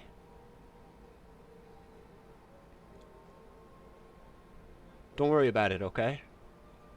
These guys, they're gonna do something great. You know, they're gonna find a way to get us out." That's what they said. they're gonna get us out, and you can find bees and flowers. Those are really where cool. did you hear about those? Bees? Yeah. Oh, I'm sorry. I thought you were talking as the little brother just now. My bad. No, that's Dimitri talking to his little brother. You should ask them what bees are. They're really cool. And he kind of like looks at Vidania with his eyes. It's like she's got some neat pictures. And he kind of looks at the four of you and he says, I know this is really selfish of me to ask, but if you guys end up pulling it off, will you get them out? If we pull this off, everybody's out. Thanks. Look at me. Dimitri, He looks at you. are you afraid? Yeah. Would you like to not be afraid? No. I'm okay. Are you sure? Yeah. Can you just put a hand on my shoulder? He'll put a hand on his shoulder. He'll look to Dimitri's little brother and say, are you afraid? He doesn't answer you. He's stuck behind the door. He can't come out. Does he seem afraid? He does. He seems very afraid. Illidan will cast Calm Emotions, hopefully affecting the same area. It's, what's the area again? 20-foot radius sphere, so definitely for both the father and the son. And if they want, they can make a charisma saving throw. Nah, they're just commoners. Or I can make them or I can just hang on, let me. You can cast it on Armin and Dimitri's dad, and Armin, Yeah, and not Dimitri. You can make that work. I'll just. The language is loaded, but like it's like, oh, you can make it indifferent towards a certain target.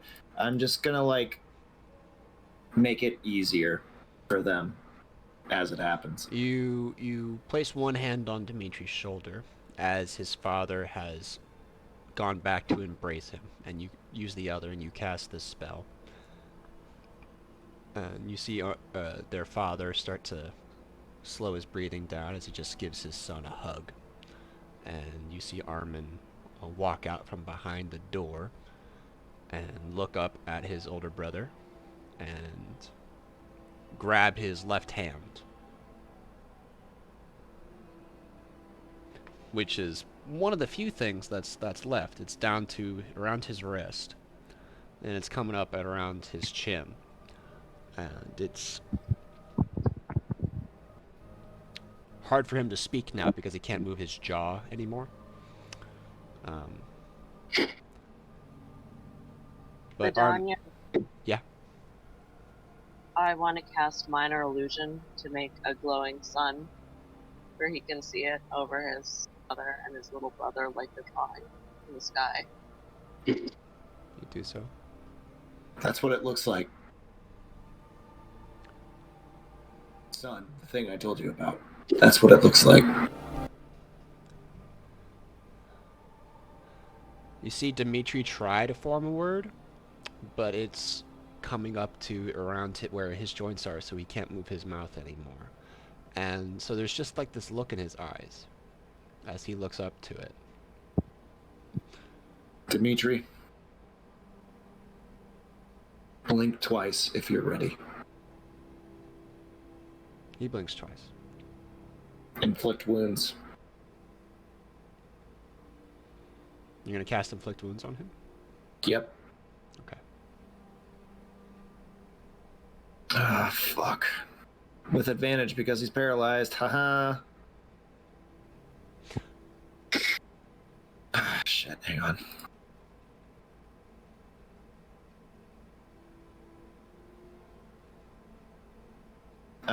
No, not inflict wounds. I'm sorry, I didn't have that prepared.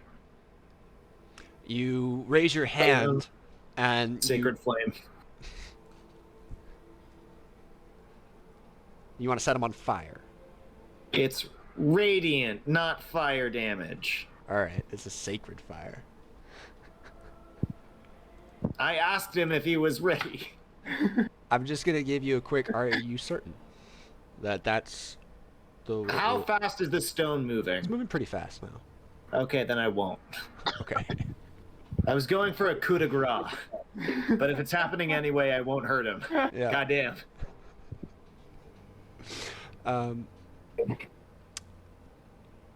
As you try to raise your hand to try to ease his suffering, you feel his father just kind of like place his hand on your wrist.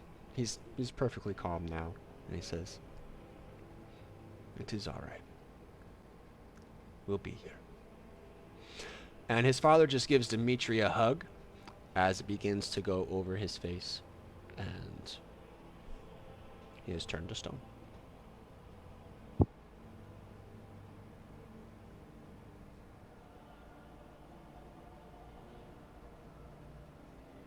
See Armin, who has not said a word, just kind of like walk up to Demetrius's, around a little bit above his hip, and just kind of like rest his head on the statue, which is a perfect embodiment of what Dimitri used to look like, as though it was carved by a master.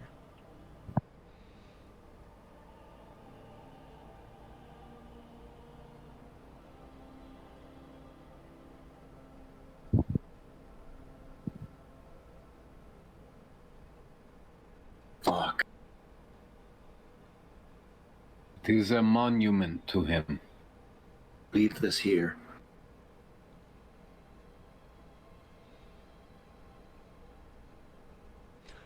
After a couple of moments, Dimitri's father looks at you.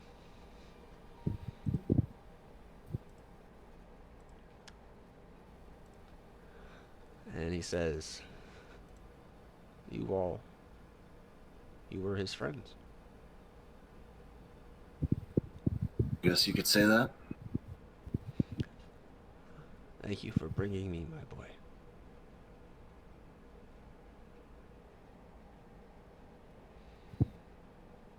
Told us that you were a wizard who could save him.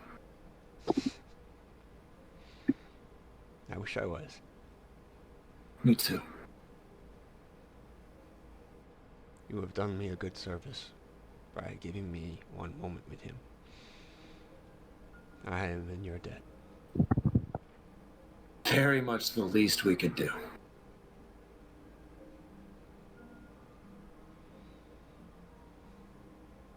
If you ever need a place to stay, that is all I have.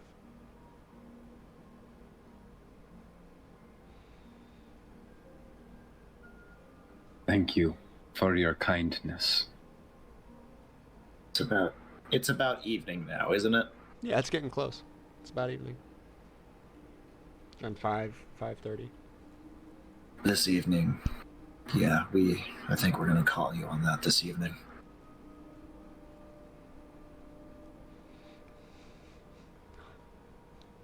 Could I ask you to come back at dusk so I can have a moment with my boy? Just don't. Never mind. Of course. Then I'll take a short walk away. You guys head away from the house into the opposite direction. As you get farther away, you see him just kind of like fall to his knees at the statue.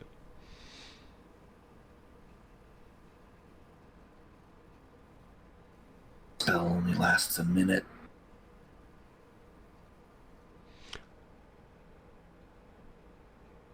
And with that, I think it's a good place to end our session. We're at 10 till 10.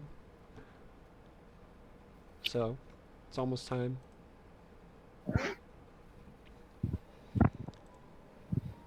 Woof. How is everybody? And you're Michael, gonna do something bad to Dimitri. I do it. What? well, I didn't like that. You don't like that? No, I didn't like. Michael, the purpose of art is to make me feel good.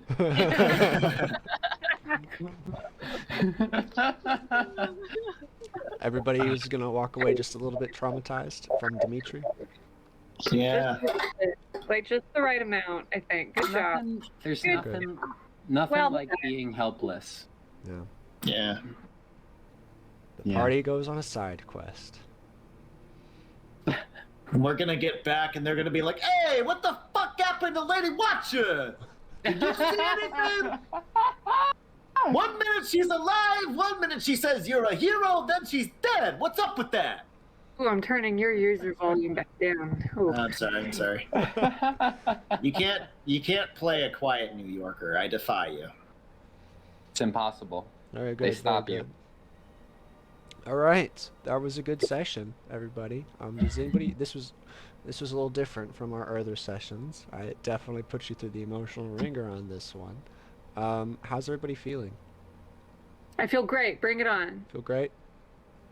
Give me That more. was a very gratifying, tragic story arc. Okay. It was well told. That took a direction I was not expecting. I was expecting Yeah. the wizard to be bogus. I wasn't expecting it to be his dad. Me It was neither. like the minute you talked about the little boy in the yard, I went, oh no. She went, wait a minute, happiness? Something's not right here. He wanted to go home. Yeah, good job. You broke our hearts. Well done. Yeah, Well for done. real. Ah, Very. yeah. Storytelling. And now we all know a little bit more about each other's character.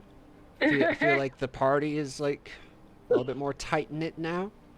We know a lot about Wolf's sex life for some reason. Oh God. Indeed, we do. We had to explain what bees are to him. Yeah. How dare You see a bee in Barovia? You see any fucking flowers anywhere? There ain't bees in here, no. I was just like, yeah, no, he's got no fucking idea what bees are. That's not a thing. There are no flowers here. No. Kind of a neat teaching exercise, though. Yeah, you guys did well. You guys really took to Dimitri. I was glad he was well received. Yeah, I'm sure you were, you sick fuck. Yes, I was. If you guys all hated Dimitri, that would have definitely fell flat. It's just like he turns to stone. Fucking Oh, finally. look at me. I'm turning to stone. Wait. That's what you sound like. Yeah. Shut up. And Illidan, you had a great moment with Dorm today. That was very well done. It's like you can stay out if you want. It's like, really? What? Like, I know. As long as he's not going anywhere. yeah, no, he was not. It was well done. Good job. Unlikely friends. Yeah. Maybe. That's a very strong word. Maybe one day. Yeah. Getting we could say maybe. But yeah, good job everybody. How does everybody feel about like the party dynamic as a whole? I feel like you guys are all a little bit closer now. You know, 3 of us fuck around. Wolf just mops house. It's great. Yeah. If you guys have any thoughts you think about later as you reflect on the events of today's session and that you want to share, you can let me know. You can put them in the chat. Today's this week's canon discussion chat will take place while you guys are killing time waiting for it till dusk. And Legends is the non-canon chat, right? Yeah, Legends is non-canon. Just to be clear on that, Legends is where you guys can talk in character, and that's not really a thing that's happening. So you guys can fuck around, make jokes, not have to worry about the emotional impact that this session has just had on you. Fuck you, dude.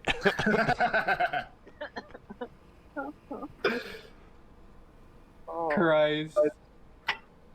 God. All That's right. your worst nightmare, isn't it? Though. Yeah. I mean, it's one thing. It's one thing to be turned to stone, but wow. Yeah. As though you guys handled it very well. And what are you guys thinking about doing next session? Like, what are we thinking about doing? Yeah. Maybe shoot the shit with Dad for a little bit, then probably head back to Valaki, and then Illidan will probably be like, "Okay, here we are in Valaki. Do do do do. Hello, Mr. Innkeeper. Do do do do do. Talk to you for a little bit. Okay, let's get out of here. Let's go find Madame Eva." Madame Eva? Right. Okay. Yeah. That's actually a good point. Very good. I remember that. I was figured you guys would like head off to like the Wizard of the Wines or Krezk or something, but Madame Eva is better. Because you guys can get your fortunes told. Also, we heard that there's a lot of fucked shit over that direction, so Oh yeah. That's, maybe save it for later. Yeah, that's. I mean, like if you want to level up, you gotta go there. You know. Or we could just have a lot of social encounters. Or that. You know, I was looking at that road map, and I was just like, if they make it through Yester Hill, you get a level. Gosh damn it. Oh boy. That's what it says. Oh boy. If we Maybe if somebody makes us solve the trolley problem, we can just skip up to level 7. don't give him ideas. Give him ideas. Put a fantasy trolley on in this. Don't suggest ethical dilemmas. All right, we're back in the tavern with all of our dragons. They're our friends. Our guardian spirits. That's nice. That's Yeah. comforting. All right. What was that? 6, 7, 8, 9, 10? All right, yeah. 10 dragons. We got all of them. Wait a second.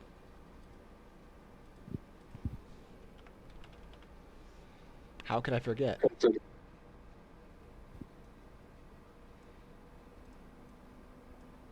We gotta have Tiamat in there. Oh, Oh yeah. I would have put on my good sweater. Oh man, Tiamat. Wow, Yeah, she's just vibing. it's really something. What's she drinking? Blood Oh. of her enemies. Oh. And her allies, because she's like that. Yeah.